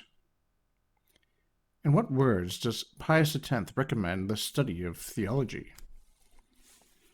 On this philosophical foundation, the theological edifice is to be solidly raised. Promote the study of theology by all means in your power, so that your clerics, on leaving the seminaries, may admire and love it, and always find their delight in it. For in the vast and varied abundance of studies opening before the mind desirous of truth, everybody knows how the old maxim describes theology, as so far in front of all others, that every science and art should serve it and be to it as handmaidens. Does not the Holy Father praise those theologians who teach positive theology? We will add that we deem worthy of praise those who, with full respect for tradition, the Holy Fathers and the ecclesiastical magisterium, undertake with well-balanced judgment, and guided by Catholic principles, which is not always the case, to seek to illustrate positive theology by throwing the light of true history upon it. What method must be employed by those who treat positive theology? Certainly, more attention must be paid to positive theology than in the past, but this must be done without detriment to scholastic theology, and those are to be disapproved as of modernist tendencies, who exalt positive theology in such a way as to seem to despise the scholastic. By what law must the study of the natural sciences be regulated? With regard to profane studies, suffice it to recall here what our predecessor has admirably said. Apply yourselves energetically to the study of natural sciences. The brilliant discoveries and the bold and useful applications of them, made in our times which have won such applause by our contemporaries, will be an object of perpetual praise for those that come after us. But this do without interfering with sacred studies, as our predecessor and these most grave words prescribed. If you carefully search for the cause of errors, you will find that it lies in the fact that in these days, when the natural sciences absorb so much study, the more severe and lofty studies have been proportionally neglected. Some of them have almost passed into oblivion. Some of them are pursued in a half-hearted or superficial way, and, sad to say, now that they are fallen from their old estate, they have been disfigured by perverse doctrines and monstrous errors. We ordained, therefore, that the study of natural sciences in the seminaries be carried on under this law. Part 2. The choice of directors and professors for seminaries and Catholic universities. What prudence is to be exercised, and what rules are to be followed in the choice of professors for seminaries and Catholic universities? All these prescriptions, and those of our predecessors, are to be borne in mind whenever there is a question of choosing directors and professors for seminaries and Catholic universities. Anybody who in any way is found to be imbued with modernism is to be excluded without compunction from these offices, and those who already occupy them are to be withdrawn. The same policy is to be adopted toward those who favor modernism, either by extolling the modernists or excusing their culpable conduct by criticizing scholasticism, the Holy Fathers, or by refusing obedience to ecclesiastical authority and any of its depositaries. And toward those who show a love of novelty in history, archaeology, biblical exegesis, and finally toward those who neglect the sacred sciences, or appear to prefer to them the profane. And all this question of studies, you cannot be too watchful or too constant, but most of all in the choice of professors, for as a rule the students are modeled after the pattern of their masters.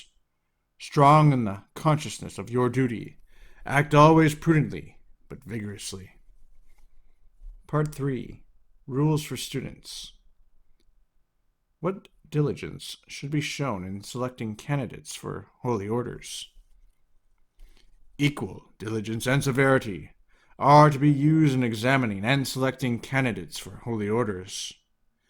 Far, far from the clergy be the love of novelty.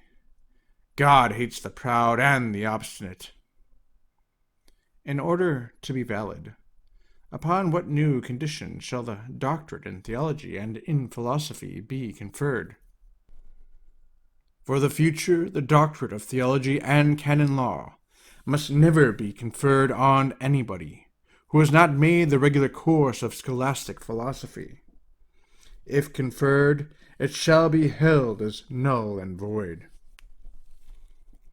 What rules laid down for the clergy of Italy, both regular and secular, are henceforth extended to all nations? The rules laid down in 1896 by the Sacred Congregation of Bishops and Regulars for the Clerics, both secular and regular, of Italy, concerning the frequenting of the universities, we now decree to be extended to all nations. What further command does the sovereign pontiff enjoin? Clerics and priests inscribed in a Catholic institute or university must not in the future follow in civil universities those courses for which there are chairs in the Catholic institutes to which they belong. If this has been permitted anywhere in the past, we ordain that it be not allowed for the future. What is the obligation of the bishops who form the governing board of Catholic universities and institutes? Let the bishops who form the governing board of such Catholic institutes or universities watch with all care that these our commands be constantly observed. Part 4. On reading of bad books. What is the duty of the bishops in regard to writings infected with modernism? It is the duty of the bishops to prevent writings infected with modernism, or favorable to it, from being read when they have been published, and to hinder their publication when they have not. How must the bishops proceed in the seminaries and universities? No book or paper or periodical of this kind must ever be permitted to seminarists or university students. The injury to them would be equal to that caused by immoral reading. Nay, it would be greater, for such writings poison Christian life at its very fount. Should the same action be taken concerning the writings of Catholics who are imbued with modern philosophy and who are ill instructed in theological studies? The same decision is to be taken concerning the writings of some Catholics, who, though not badly disposed themselves, but ill instructed in theological studies, and imbued with modern philosophy, strive to make this harmonize with the faith, and, as they say, to turn it to the account of the faith. The name and reputation of these authors cause them to be read without suspicion, and they are, therefore, all the more dangerous in preparing the way for modernism. Are the bishops obliged to publicly and solemnly condemn pernicious books which have been circulated in their dioceses? To give you some more general directions, in a matter of such moment, we bid you do everything in your power to drive out of your diocese, even by solemn interdict, any pernicious books that may be in circulation there. The Holy See neglects no means to put down writings of this kind, but the number of them has now grown to such an extent that it is impossible to censure them all. Hence it happens that the medicine sometimes arrives too late, for the disease has taken root during the delay. We will, therefore, that the bishops, putting aside all fear and prudence of the flesh, despising the outcries of the wicked, gently by all means, but constantly, do each his own share of this work, remembering the injunctions of Leo XIII and the Apostolic Constitution, Officiorum. Let the ordinaries, acting in this also as delegates of the Apostolic See, exert themselves to prescribe and to put out of reach of the faithful injurious books or other writings printed or circulated in their dioceses. In this passage, the bishops, it is true, receive a right, but they have also a duty imposed on them. Let no bishop think that he fulfills his duty by denouncing to us one or two books, while a great many others of the same kind are being published and circulated.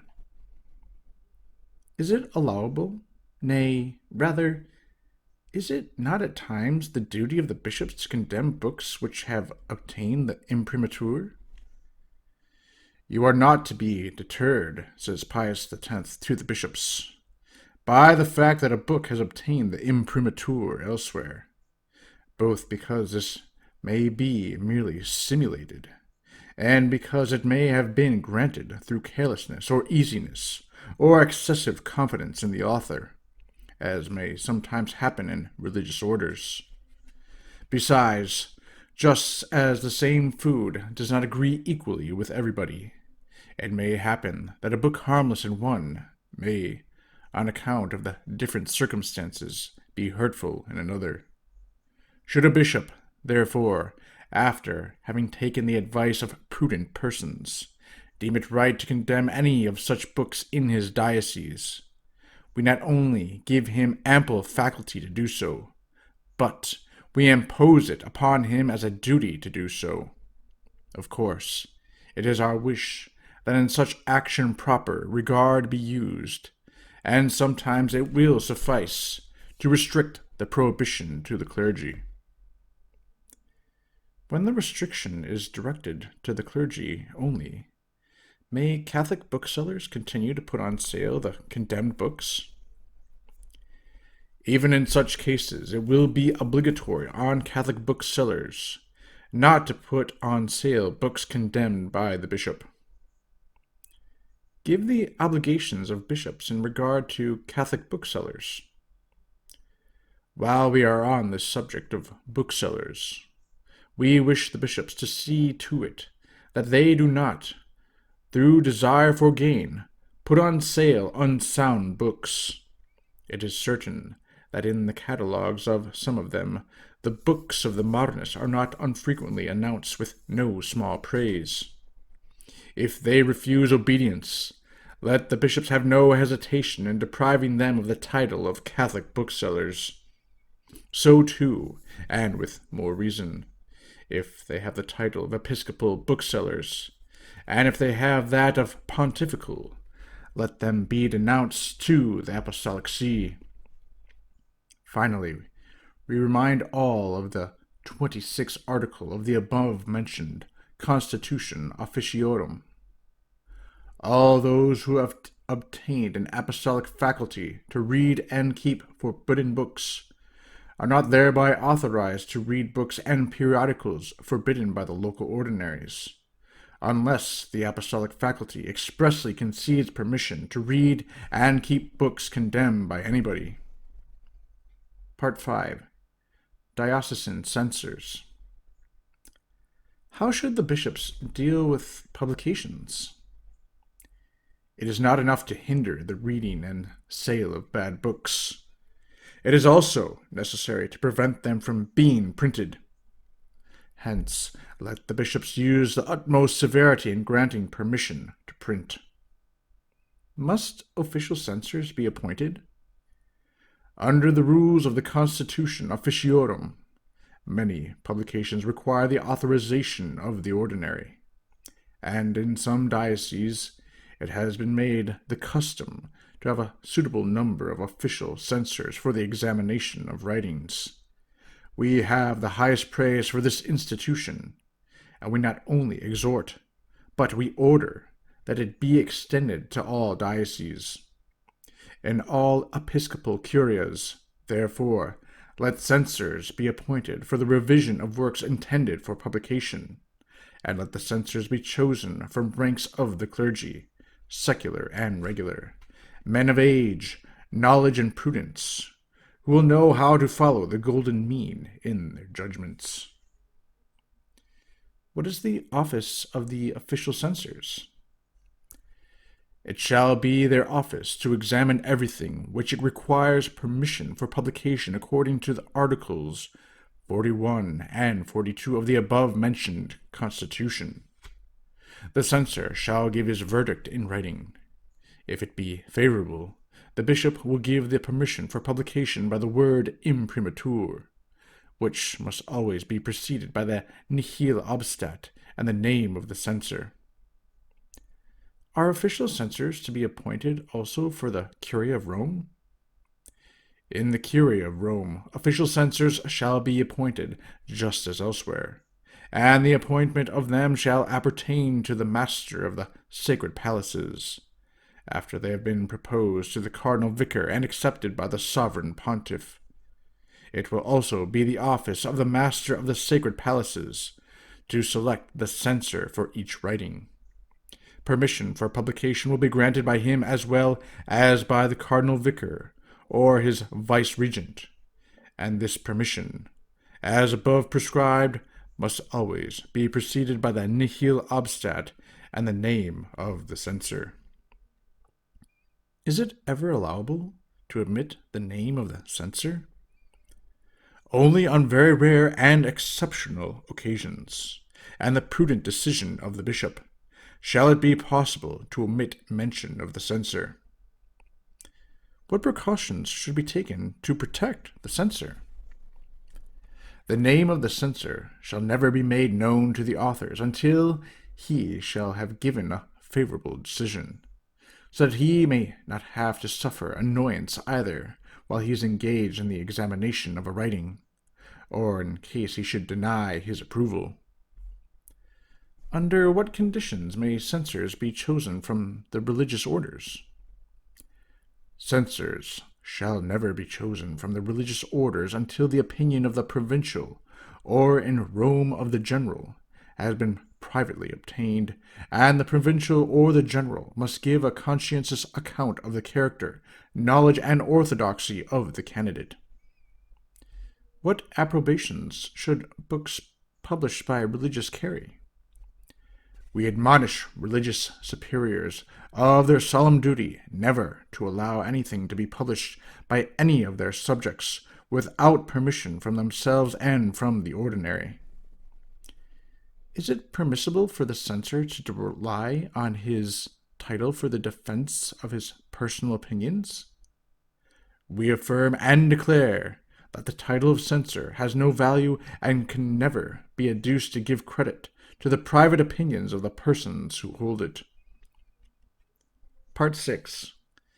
Priests as editors or correspondents. May the members of the clergy, secular or regular, undertake the direction of papers or periodicals without the consent of the ordinary? Having said this much in general, we now ordain, in particular, a more careful observance of Article 42 of the above-mentioned Constitution Officiorum.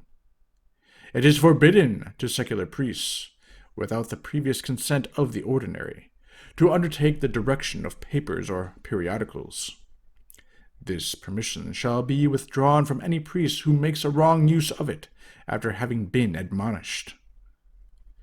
With regard to priests who are correspondents or collaborators of periodicals, how are bishops to act? with regard to priests who are correspondents or collaborators of periodicals, as it happens not unfrequently that they write matter infected with modernism for their papers or periodicals, let the bishops see to it that this is not permitted to happen, and, should it happen, let them warn the writers or prevent them from writing. Should the superiors of religious orders fail in this duty, how are the bishops to proceed? The superiors of religious orders, too, we admonish with all authority to do the same, and should they fail in this duty, let the bishops make due provision with authority delegated by the Supreme Pontiff. Should a special censor be appointed for each newspaper and periodical? What is his office? What is the bishop's right? Let there be, as far as this is possible, a special censor for newspapers and periodicals written by Catholics. It shall be his office to read in due time each number after it has been published, and if he finds anything dangerous in it, let him order that it be corrected. The bishop shall have the same right, even when the censor has seen nothing objectionable in publication. Part 7. Sacerdotal Congresses. What rules are to be imposed on priests who wish to organize or participate in sacerdotal congresses? We have already mentioned congresses and public gatherings as among the means used by the Modernists to propagate and defend their opinions. In the future, bishops shall not permit congresses of priests except on very rare occasions. When they do permit them, it shall only be on condition that matters appertaining to the bishops or the apostolic see be not treated in them, and that no motions or postulates be allowed that would imply a usurpation of sacred authority, that no mention be made in them of modernism, Presbyterianism, or laicism. At congresses of this kind, which can only be held after permission in writing has been obtained in due time and for each case, it shall not be lawful for priests of other dioceses to take part without the written permission of their ordinary. Further, no priest must lose sight of the solemn recommendation of Leo XIII. Let priests hold as sacred the authority of their pastors. Let them take it for certain that the sacerdotal ministry, if not exercised under the guidance of the bishops, can never be either holy or very fruitful or respectable. Part 8. Diocesan Councils of Vigilance. Give the words in which His Holiness, Pius X, commands the formation of councils of vigilance in every diocese. Of what avail will be all our commands and prescriptions, if they be not dutifully and firmly carried out? And in order that this may be done, it has seemed expedient to us to extend to all dioceses the regulations laid down with great wisdom many years ago by the bishops of Umbria for theirs, in order, they say, to extirpate the errors already propagated and to prevent their further diffusion, and to remove these teachers of impiety, through whom the pernicious effects of such diffusion are being perpetuated. This sacred assembly, following the example of St. Charles Borromeo, has decided to establish in each of the dioceses a council consisting of approved members of both branches of the clergy, which shall be charged with the task of noting the existence of errors and the devices by which new ones are introduced and propagated, and to inform the bishop of the whole, so that he may take counsel with them as to the best means for nipping the evil in the bud, and preventing it from spreading their ruin of souls, or worse, still gaining strength and growth. We decree, therefore, that in every diocese a council of this kind, which we are pleased to name the Council of Vigilance, be instituted without delay. how are the members of the Council of Vigilance to be chosen? The priests, called to form part in it, shall be chosen somewhat after the manner above prescribed for the censors. When shall they meet? Shall they be bound to secrecy? They shall meet every 2 months, on an appointed day under the presidency of the bishop. They shall be bound to secrecy as to their deliberations and decisions. What are their duties? Their function shall be as follows. They shall watch most carefully for every trace and sign of modernism, both in publication and in teaching, and to preserve from it the clergy and the young. They shall take all prudent, prompt, and efficacious measures. What should be the particular object of their attention? Let them combat novelties of words, remembering the admonitions of Leo XIII. It is impossible to approve in Catholics of a style inspired by unsound novelty, which seems to deride the piety of the faithful and dwells on the introduction of a new order of Christian life, on new directions of the Church, on new aspirations of the modern soul, on a new vocation of the clergy, on a new Christian civilization. Language of this kind is not to be tolerated either in books or from chairs of learning. Should they observe books which treat of pious local traditions and of sacred relics? The councils must not neglect the books treating of pious traditions of different places or of sacred relics. Let them not permit such questions to be discussed in periodicals destined to stimulate piety, neither with expressions savoring of mockery or contempt, nor by dogmatic pronouncements, especially when, as is often the case, what is stated as a certainty either does not pass the limit of probability or is merely based on prejudiced opinion. What rules are to be followed concerning sacred relics? Concerning sacred relics, let this be the rule. When bishops, who alone are judges in such matters, know for certain that a relic is not genuine, let them remove it at once from the veneration of the faithful. If the authentications of a relic happen to have been lost through civil disturbances, or in any other way, let it not be exposed for public veneration until the bishop has verified it. The argument of prescription or well-founded presumption is to have weight only when devotion to a relic is commendable by reason of its antiquity, according to the sense of decree issued in 1896 by the Congregation of Indulgences and Sacred Relics. Ancient relics are to retain the veneration they have always enjoyed, except when in individual instances there are clear arguments that they are false or supposititious. In passing judgment on pious traditions, what must be borne in mind? In passing judgment on pious traditions, be it always borne in mind that in this matter the Church uses the greatest prudence, and that she does not allow traditions of this kind to be narrated in books except with the utmost caution, and with the insertion of the declaration imposed by Urban VIII. And even then, she does not guarantee the truth of the fact narrated. She simply does not forbid belief in things for which human arguments are not wanting. On this matter, the Sacred Congregation of Rites, 30 years ago, decreed as follows. These apparitions and revelations have neither been approved nor condemned by the Holy See, which has simply allowed that they be believed on purely human faith, on the tradition which they relate corroborated by testimonies and documents worthy of credence.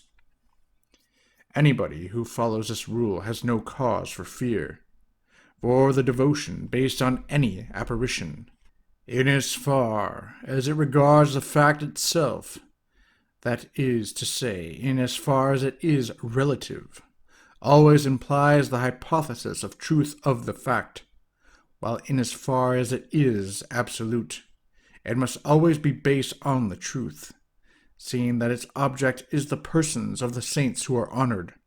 The same is true of relics. Is it, in fine, the duty of the Council of Vigilance to supervise social institutions and writings on social questions? Finally, we entrust to the councils of vigilance the duty of overlooking assiduously and diligently social institutions as well as writings on social questions, so that they may harbor no trace of modernism, but obey the prescriptions of the Roman pontiffs. Part 9. Triennial Returns. What injunction has the sovereign pontiff laid upon all bishops and superiors general of religious orders? Lest what we have laid down thus far should fall into oblivion, we will and ordain that the bishops of all dioceses, a year after the publication of these letters, and every 3 years thenceforward, furnish the Holy See with a diligent and sworn report on all the prescriptions contained in them, and on the doctrines that find currency among the clergy, and especially in the seminaries and other Catholic institutions. And we impose the like obligation on the generals of religious orders with regard to those under them. Conclusion. The Church and Scientific Progress. This is what we have thought it our duty to write to you, for the salvation of all who believe. The adversaries of the Church will doubtless abuse what we have said to refurbish the old calumny, by which we are traduced as the enemy of science and of the progress of humanity. In order to oppose a new answer to such accusations, which the history of the Christian religion refutes by never-failing arguments, it is our intention to establish and develop by every means in our power a special institute in which, through the cooperation of those Catholics who are most eminent for their learning, the progress of science and other realms of knowledge may be promoted under the guidance and teaching of Catholic truth. God grant that we may happily realize our design with the ready assistance of all those who bear a sincere love for the Church of Christ. But of this we will speak on another occasion.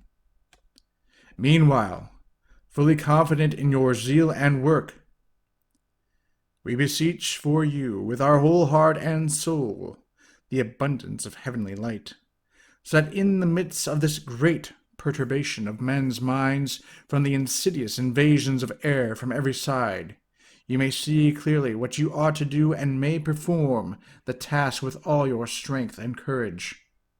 May Jesus Christ, the author and finisher of our faith, be with you by his power, and may the Immaculate Virgin, the destroyer of all heresies, be with you by her prayers and aid.